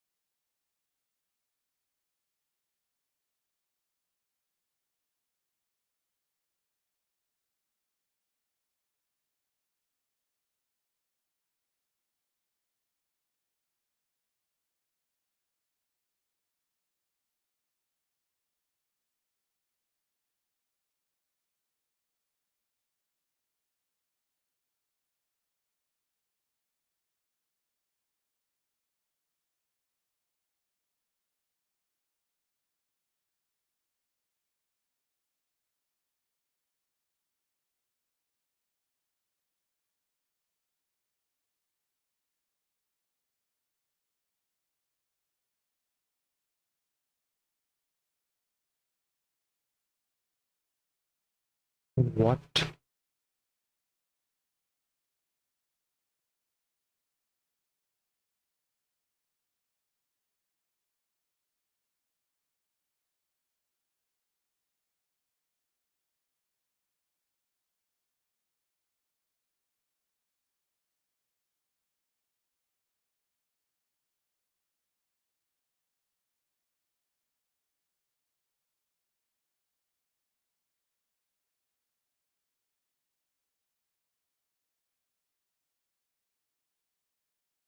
We set displacement for the liner.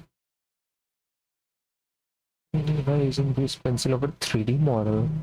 Huh?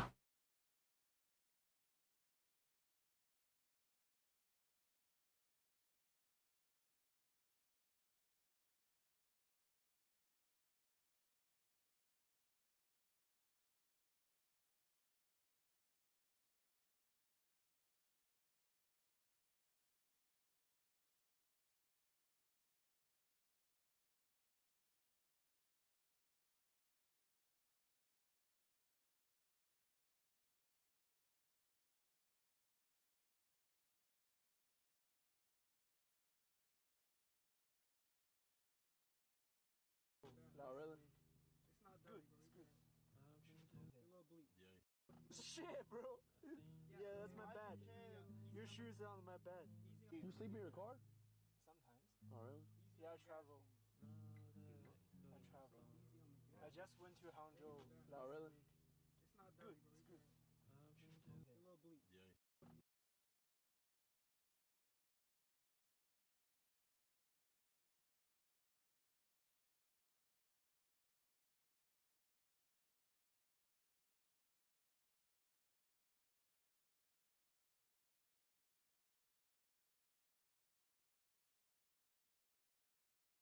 Bro.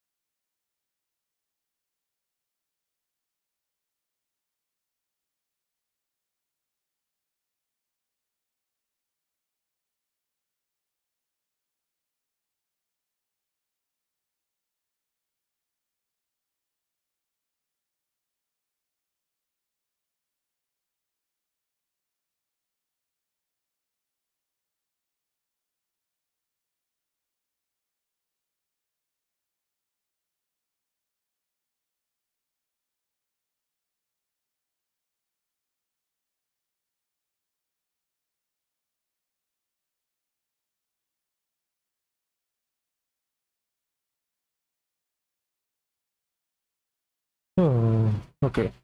Oops. Strips embedded in the walls.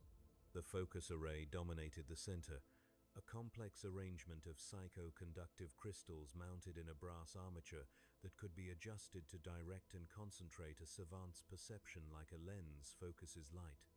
Around the array, 17 kneeling stations were arranged in a circle, each equipped with harmonic resonance plates that amplified the individual choir members' output into the collective lattice. I adjusted the focus array's vertical axis by 2 degrees, a small change.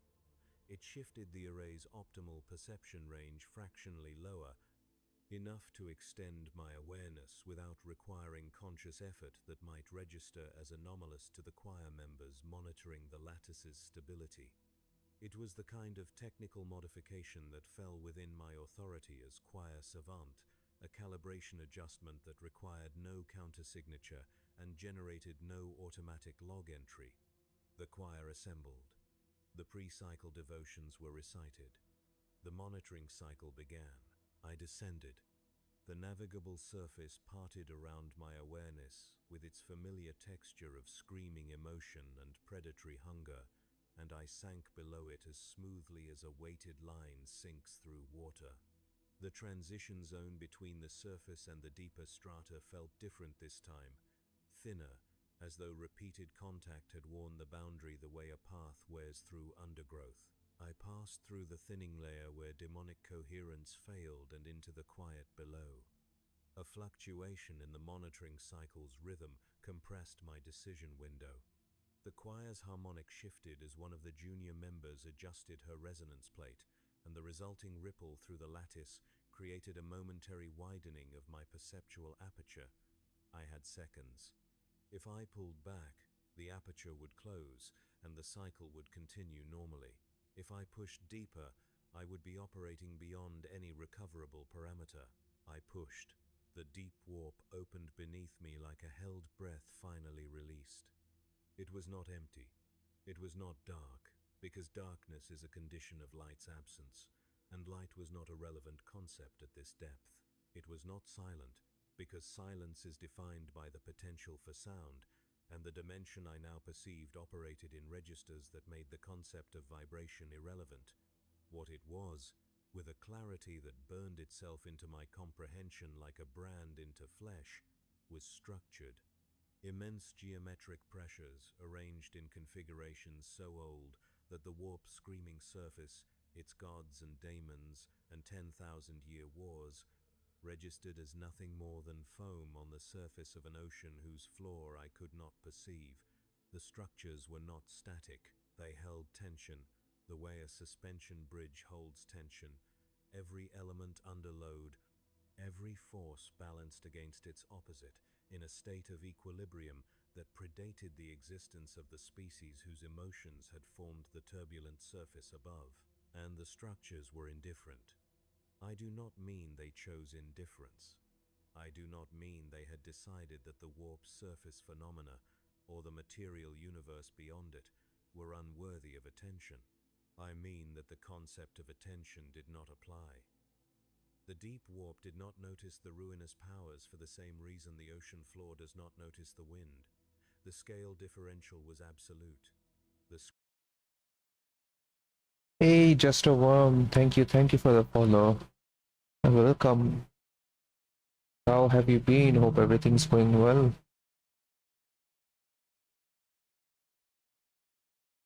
Chose indifference. I do not mean they had decided that the warped surface phenomena, or the material universe beyond it, were unworthy of attention. I mean that the concept of attention did not apply. I'm also like currently listening to a story while also animating in the background. So yeah, that's what you're hearing. Like there's like a literal video that's playing in the background. I've been God. How's you been? Oh my gosh. No way. There's a God in my chat. Let's go. We have been blessed. We have been forsaken. Damn. Yeah, but yeah, I'm like also doing good. I'm like trying to finish this line art thingy that I'm doing over here before like within an hour, so that I can like go to sleep because I have like work tomorrow, and I have made my mission to complete this thing before I go to sleep. So yeah, that's what I've been working on, but it's a little boring thing, so I was like, you know what, let's listen to some stories in the background too while I'm drawing on it. So yeah, that's what I've been doing. That's what you have been hearing too, and all good, I would say. The progress is going good, in my opinion. That's how that's what I'm doing right now. As you can see, I am animating movement of a grass, and also why I'm animating. Wait, let me show you this.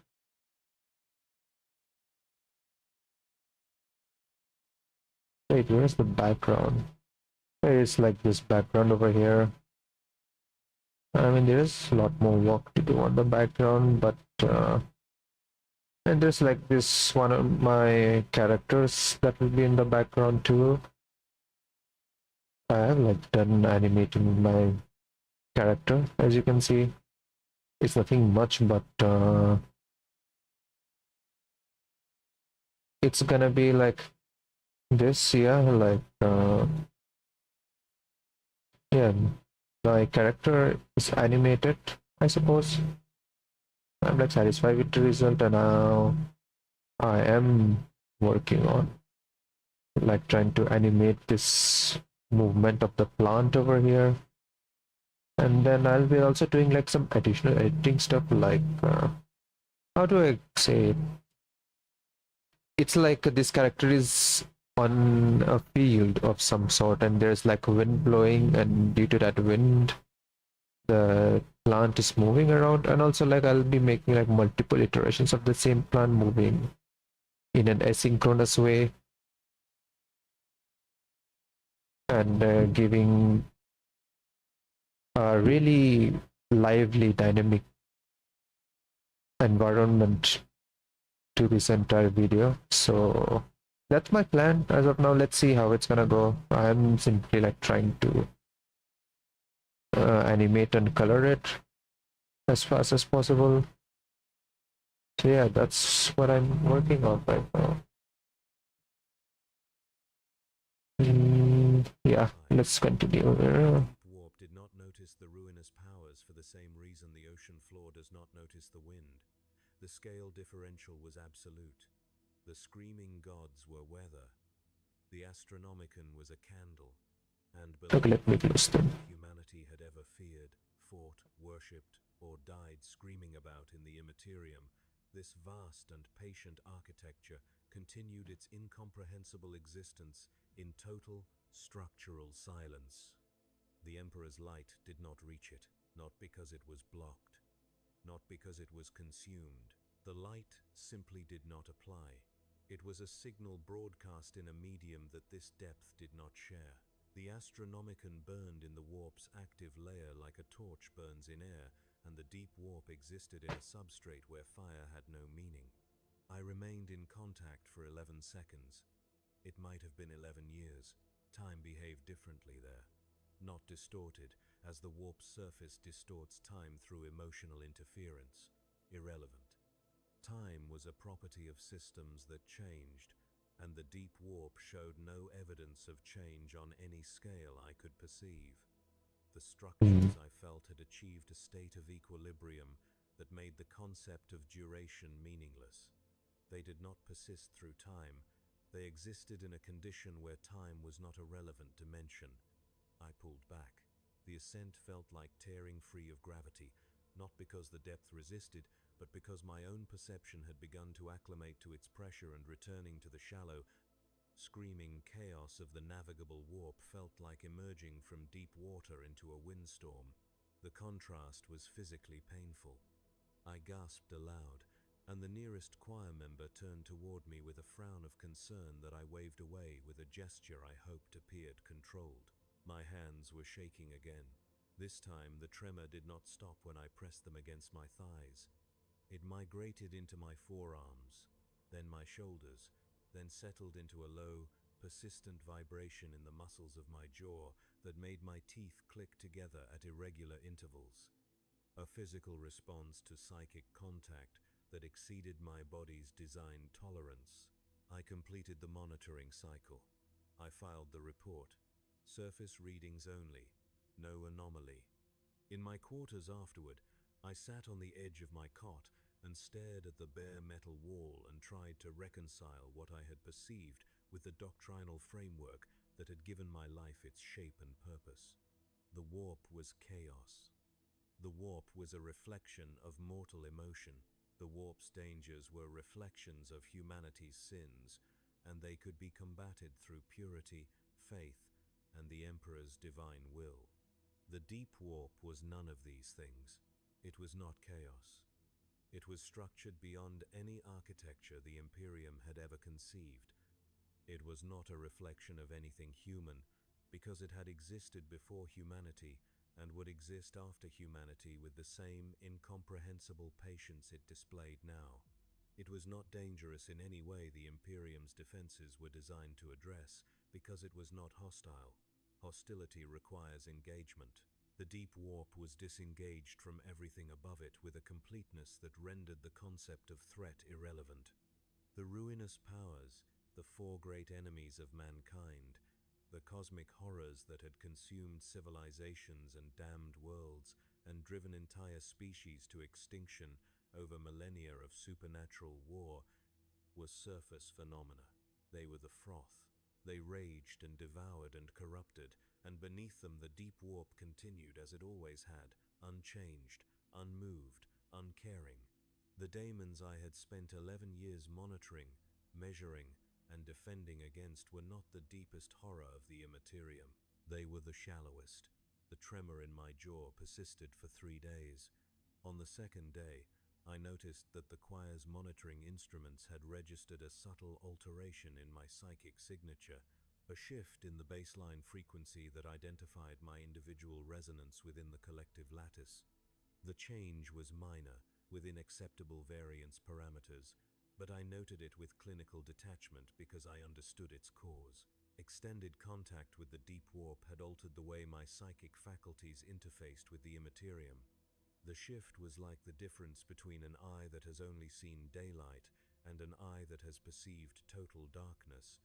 The pupil does not fully contract again. I could not revert to prior perceptual limitations. The depth was now a permanent feature of my awareness, a pressure I could sense at the periphery of every monitoring cycle, every litany, every moment of psychic engagement. It was like knowing that the floor beneath my feet was not solid ground, but a platform suspended over an abyss. The platform held. My duties continued, but the knowledge of what waited below changed the meaning of every step. On the 336th day, Astropath Tertia Maran Solke, a junior member of the choir who had served aboard the Penance for 2 years, attempted an unauthorized descent. I do not know how she knew. I do not know if she sensed the alteration in my psychic signature and traced its cause, or if she had independently perceived the depth during the warp assault and drawn her own conclusions, or if some other factor had led her to attempt what she attempted. I knew her only as a competent, quiet young woman with the particular rigidity of bearing that characterized psychers who had been soul-bound late and bore the scars of that tardiness in their posture. She performed the descent during an unsupervised calibration session, using a secondary focus lens that she had adjusted without my knowledge. The choir's monitoring instruments registered her psychic signature dropping below sanctioned depth at 14 minutes past the 4th hour, and by the time I reached the choir chamber, she was seated at her station with her hands resting on her resonance plate, and her eyes open and her mouth slightly parted, and her psychic presence gone. She was breathing. Her pulse was steady. Her pupils responded to light. Every physiological indicator suggested a healthy, functioning human being. But when I extended my perception toward her, I found nothing. Not the blank absence of a null or the distorted void of a pariah. Something worse. An empty vessel. The space where her psychic resonance should have existed, the fundamental harmonic that identified her as a sentient being with a soul, contained only silence. The medical adepts examined her. They found no corruption, no warp taint, no demonic signature, no neurological damage, no evidence of psychic predation as the Imperium understood the term. Her body functioned. Her mind processed sensory input and generated appropriate motor responses. She could walk when directed. She could eat when fed. She could sit when placed in a chair. She could not pray. She could not project. She could not perceive. She could not be perceived. She was a body with the absolute minimum of animating force required to sustain biological function, and nothing more. I sat with her in the isolation ward while the medical adepts completed their assessment. She stared at the wall across from her cot with an expression that was not vacant. Vacancy implies a space that was once filled, but rather settled, as though she had arrived at a condition that required no further adjustment. She spoke once. Her voice was flat, uninflected, stripped of the subtle psychic harmonics that colored every word a psyker uttered. She said, "It does not hate us." I asked her what she meant. She did not respond. She did not speak again. I ordered her sedated and confined to the isolation ward under medical supervision. I filed the incident report using the standardized classification for warp predation anomaly, which was the closest available category to what had actually occurred, and had the significant advantage of not requiring me to describe what I believed had actually happened. What I believed was this: she had descended to the depth, and the depth had not attacked her mind. It had not burned her. It had not corrupted her. It had simply made her irrelevant. Her psychic resonance, the substance of her soul's interaction with the immaterium, had encountered a stratum where that resonance held no significance, and it had dissipated, not consumed. Not suppressed, rendered meaningless. like a voice speaking into a vacuum, not silenced by force, but erased by the absence of a medium through which sound could travel. The deep warp did not destroy what entered it. It contextualized it into insignificance. I did not sleep that night. My quarters felt smaller than they were, the ceiling lower, the walls closer, and I understood this was not physical but perceptual. The consequence of knowing that the material dimensions I inhabited were themselves a surface phenomenon resting atop something vastly, incomprehensibly deeper. The migraine that had begun during my own descent had not abated. It lived behind my eyes like a second pulse, and my hands maintained their tremor at a frequency too subtle to see but persistent enough to feel when I pressed my fingertips together. In the days following Marin Solke's hollowing, the choir's cohesion deteriorated, not dramatically, not in ways that would trigger formal intervention, but I could feel it in the lattice during monitoring cycles, a subtle disharmony that tasted like tarnished silver. The other choir members had not been told the details of Solke's condition, but they knew she was gone, and they knew the official classification did not satisfy. Psychers are sensitive to unspoken tension. It colors the air like humidity. I could have addressed it. A choir savant's duties include maintaining the choir's psychological stability during extended translations. I could have convened a doctrinal reassurance session, brought in the ship's confessor, reinforced the catechism that explained warp predation as the enemy's impotent grasping against the Emperor's faithful. I chose not to, because every word of that catechism now rang hollow in my own perception, and I did not trust myself to recite comfort I no longer believed. Instead, I increased the monitoring cycle frequency and filed the requisite paperwork justifying the change as a precautionary response to the predation event. Procedure substituted for faith. It was, I found, a remarkably effective replacement. The choir responded to increased structure the way soldiers respond to drill when morale falters, drawing stability from action rather than belief. Attaché Darvo began appearing at my briefings. He did not announce himself. He did not request attendance. He simply materialized at the rear of the operations center during the morning signal integrity review, his gray coat blending with the metal walls, his expression one of polite attention. The first time, I assumed it was related to Solk's incident. The second time, I realized it was broader than that. He was reading my reports, not the formal entries in the ship's archive. Those were filtered through 3 doctrinal review layers and contained nothing that would attract attention. He was reading the raw data streams from the choir's monitoring instruments, the unprocessed numbers that preceded my interpretive summaries. He was looking at the gap between what the instruments recorded and what my reports described. The gap was small, but it existed because I had been unconsciously modulating my reports to exclude readings that originated from perception depths I had not officially been operating at. The raw data showed fluctuations that my summaries did not account for, minor discrepancies that an average auditor would dismiss as calibration drift, but that an inquisitorial analyst would recognize as evidence of unauthorized operational parameters. Surveillance replaced routine. I began noticing things. Data slates on my desk repositioned by millimeters. My personal logs accessed timestamps showing entries at hours I had been asleep.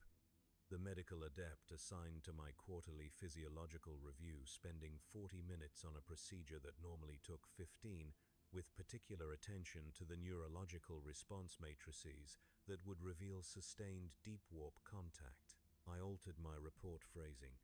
I excised any terminology that could be construed as referencing subsurface phenomena. I replaced depth with density. I replaced beneath with peripheral.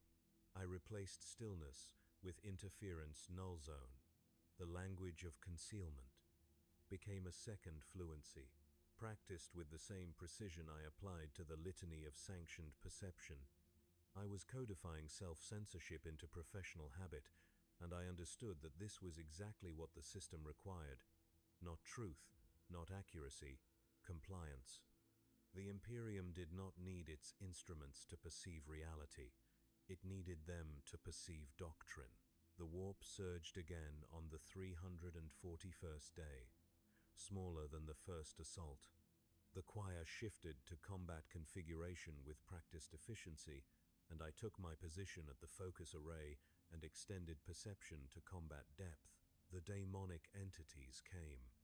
They battered the Geller field with the mindless hunger that characterized minor warp predators, semi-coherent manifestations of emotional excess that the field's blessed circuits disrupted on contact. The choir sang their discordant combat harmonic. The entities shattered. Then the deeper ones arrived. More coherent, more purposeful, pressing against the field with coordinated malice that suggested a directing intelligence behind the swarm. The Geller field's output climbed. The choir strained. I felt the lattice flexing under the load, felt the individual voices within it wavering as fatigue accumulated. And then, as before, the pull came from below. The coherent demons resisted longer than the minor ones had. I watched through extended perception as they struggled against the downward gradient, their forms stretching, distorting, fragmenting as something beneath the surface drew them in. One of the larger entities, a thing of molten rage and barbed hunger that had been pressing against the field with enough force to make the hull plating groan, came apart over the space of 6 seconds. Its substance unraveled from the bottom up, drawn downward in streamers of dissipating psychic matter that thinned and vanished below my perception's range. The field flickered again, the same resonance interference, the same harmonic mismatch between the field's calibrated output and the pull from the depth.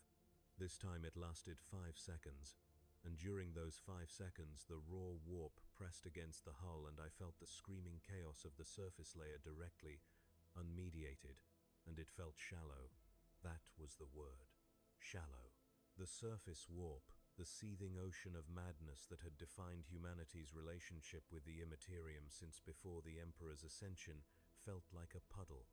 A thin, noisy film of turbulence stretched over something so deep that the turbulence became irrelevant by comparison. I did not alert command. I watched the daemonic entities vanish into the depth and I said nothing. Because what would I have said? That the ship had been saved by something I was not authorized to perceive? That the Geller field's survival was due not to its own integrity but to an intervention from a stratum the Imperium's entire cosmological framework denied? That the screaming horrors of the warp were, at this very moment, being swallowed by something that treated them with the same indifference they showed toward the insects that infested the ship's lower decks? I said nothing. The all clear sounded. The reports were filed. Another engagement survived. Another prayer of thanks offered to the Emperor, whose light, I now understood, did not extend to the level where the actual protection had originated. By choosing silence, I had become complicit in the Imperium's institutional misclassification of events I had witnessed directly. This was not passive omission. This was active participation in the maintenance of a false cosmological framework. I understood this. I accepted it, because the alternative, reporting what I knew, would not illuminate. It would destroy.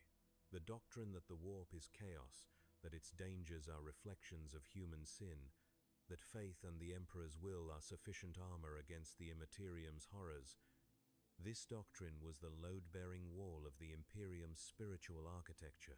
Remove it, and the structure collapses. The deep warp could not be fought with faith. It could not be navigated with the Astronomicon. It could not be contained by Geller fields. It existed outside every parameter the Imperium used to define, measure, and combat the warp's dangers. To acknowledge it was, to acknowledge that humanity's 10,000-year war against chaos was a war fought on a surface, and that the surface was the least significant layer of the battleground.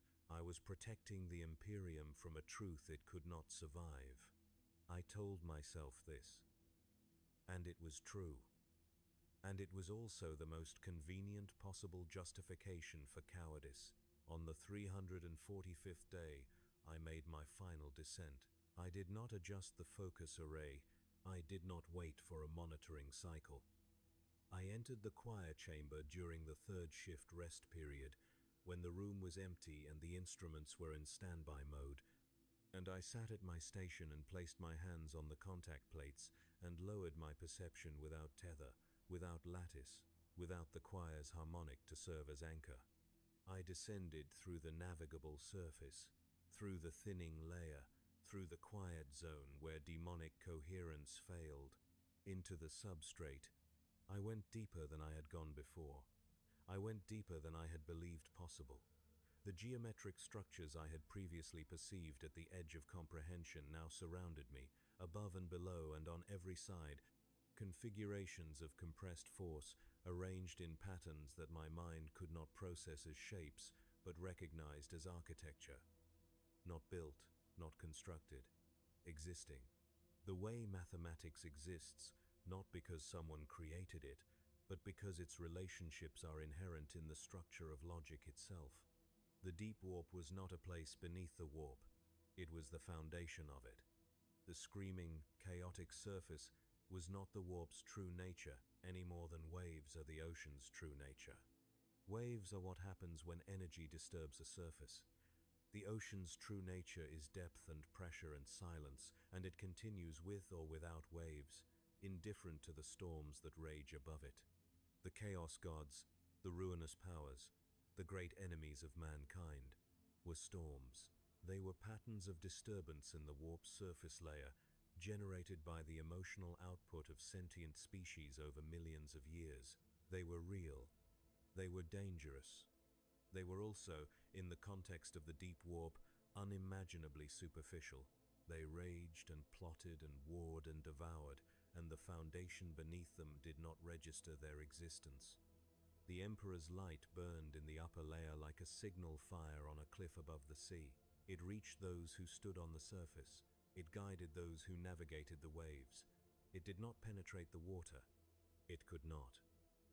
The Astronomicon was broadcast in a medium that the deep warp did not share, like a radio signal transmitted into stone. I remained in the depth for a duration I could not measure. Time had lost application. The structures around me existed in a state that predated temporal sequence, a condition of equilibrium so fundamental that the concept of change had no purchase. If these structures had an origin, it preceded the universe. If they had a purpose, it was expressed in dimensions I could not access. They waited, but waiting implies anticipation, and anticipation implies a future state. And the deep warp showed no evidence of operating in a temporal framework where future states were distinct from present states. It was older than the gods. I use that phrase because it is the closest approximation my mind could produce, but it is inaccurate. The gods were recent. The gods were young. The gods were the product of a specific set of conditions, sentient species generating emotional output into a reactive medium, and they had risen and would eventually fall as those conditions changed. The deep warp was not older than the gods, the way a mountain is older than a city. It was older the way bedrock is older than weather. It existed in a category that made the comparison meaningless, and it did not notice the gods, and it did not notice the Emperor, and it did not notice me. That was the final revelation, the one that fractured something inside me that I have never been able to repair. I hung in the deep warp's immense, structured silence, a single sentient point of psychic awareness, surrounded by compressed geometries of incomprehensible age, and I was not perceived, not ignored, not deemed unworthy of attention, simply unperceived. The way a bacterium on the ocean floor is unperceived by the tectonic plate it rests upon, not because the plate is hostile, not because the plate is merciful, because the scale differential renders the concept of perception inapplicable. I was irrelevant. Humanity was irrelevant. The screaming gods, the eternal war, the Emperor on his golden throne holding back the darkness with 10,000 years of agony, All of it occurred on a surface that the deep warp did not register. We were noise. Thin, temporary, self-important noise, raging above an abyss that would continue in perfect, structural silence long after the last sentient mind had flickered and gone dark. I ascended. The return to the navigable surface felt like being born into a scream. The warp's chaos crashed over my perception with its familiar fury, and I welcomed it because fury at least acknowledged my existence. The daemons that swam in the upper tides were horrible, but they saw me. They hungered for me. They hated me with a passion that was, in its way, a form of recognition. The deep warp offered no such recognition. It offered nothing. That was its horror. In the days that followed, I attempted to find precedent. The penance of St. Drusus, as a black ship of the Adeptus Astra Telepathica, carried an extensive archive of astropathic and navigational records spanning centuries of warp transit. The archive was housed in a sealed vault amidships, accessible only to authorized astropathic personnel, and I had the necessary clearances to access its contents for operational purposes. I spent every off-duty hour in the archive for 7 consecutive days. The records were stored on data crystal matrices organized by date, vessel, and transit route, hundreds of thousands of individual entries covering centuries of travel through the immaterium. I was not searching for the deep warp by name, because the deep warp had no name in the Imperium's official lexicon.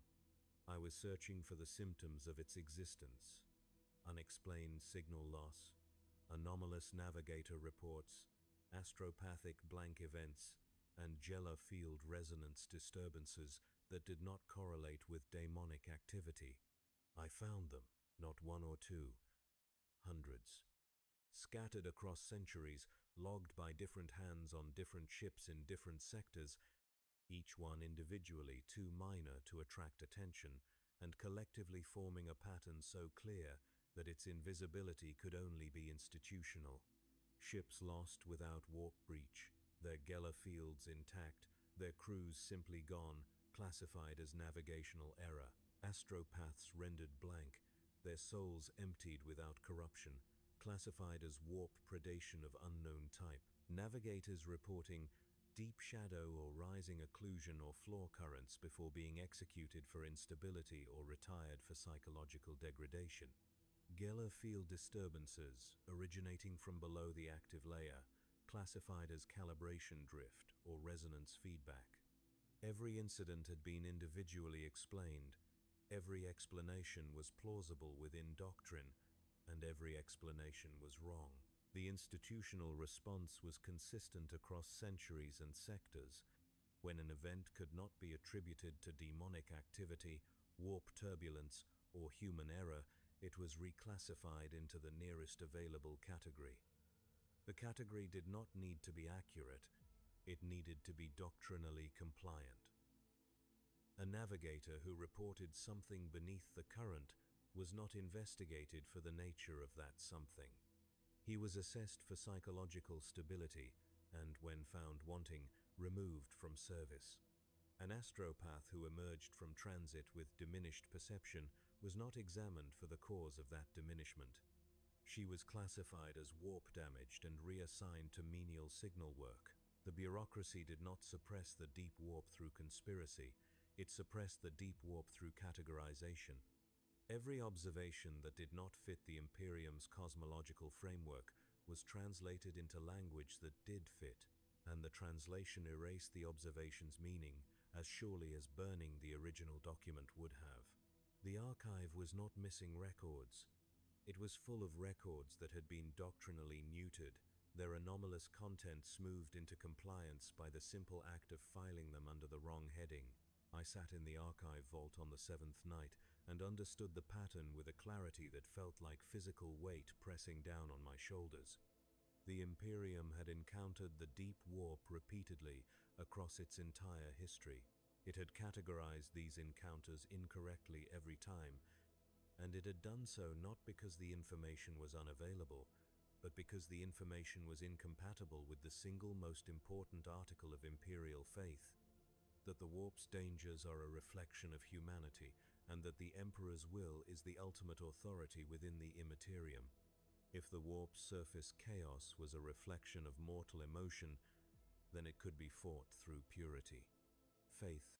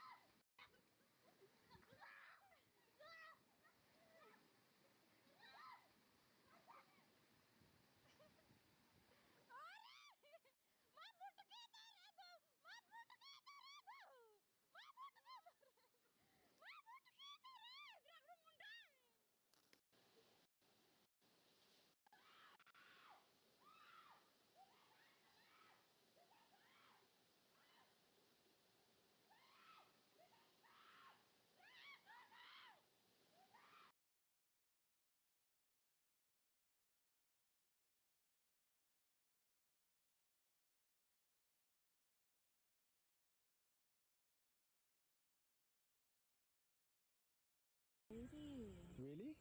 What does it matter? A cake is still a cake, even with a candle. What do you mean?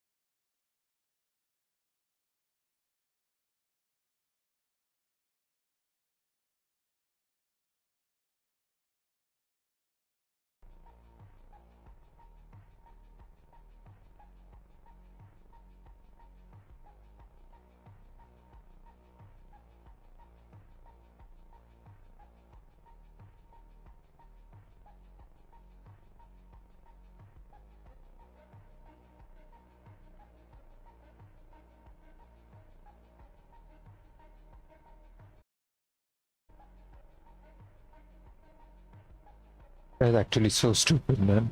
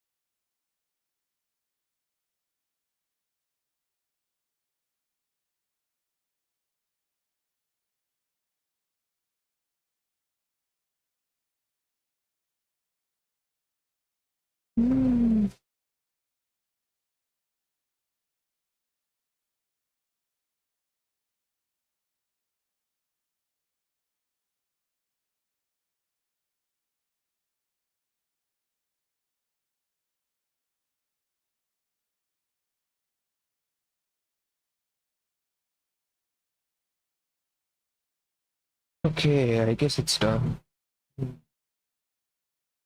Well, of course it's not done. I gotta color on it and then I gotta do some editing on top of it after that. But yeah, bye bye.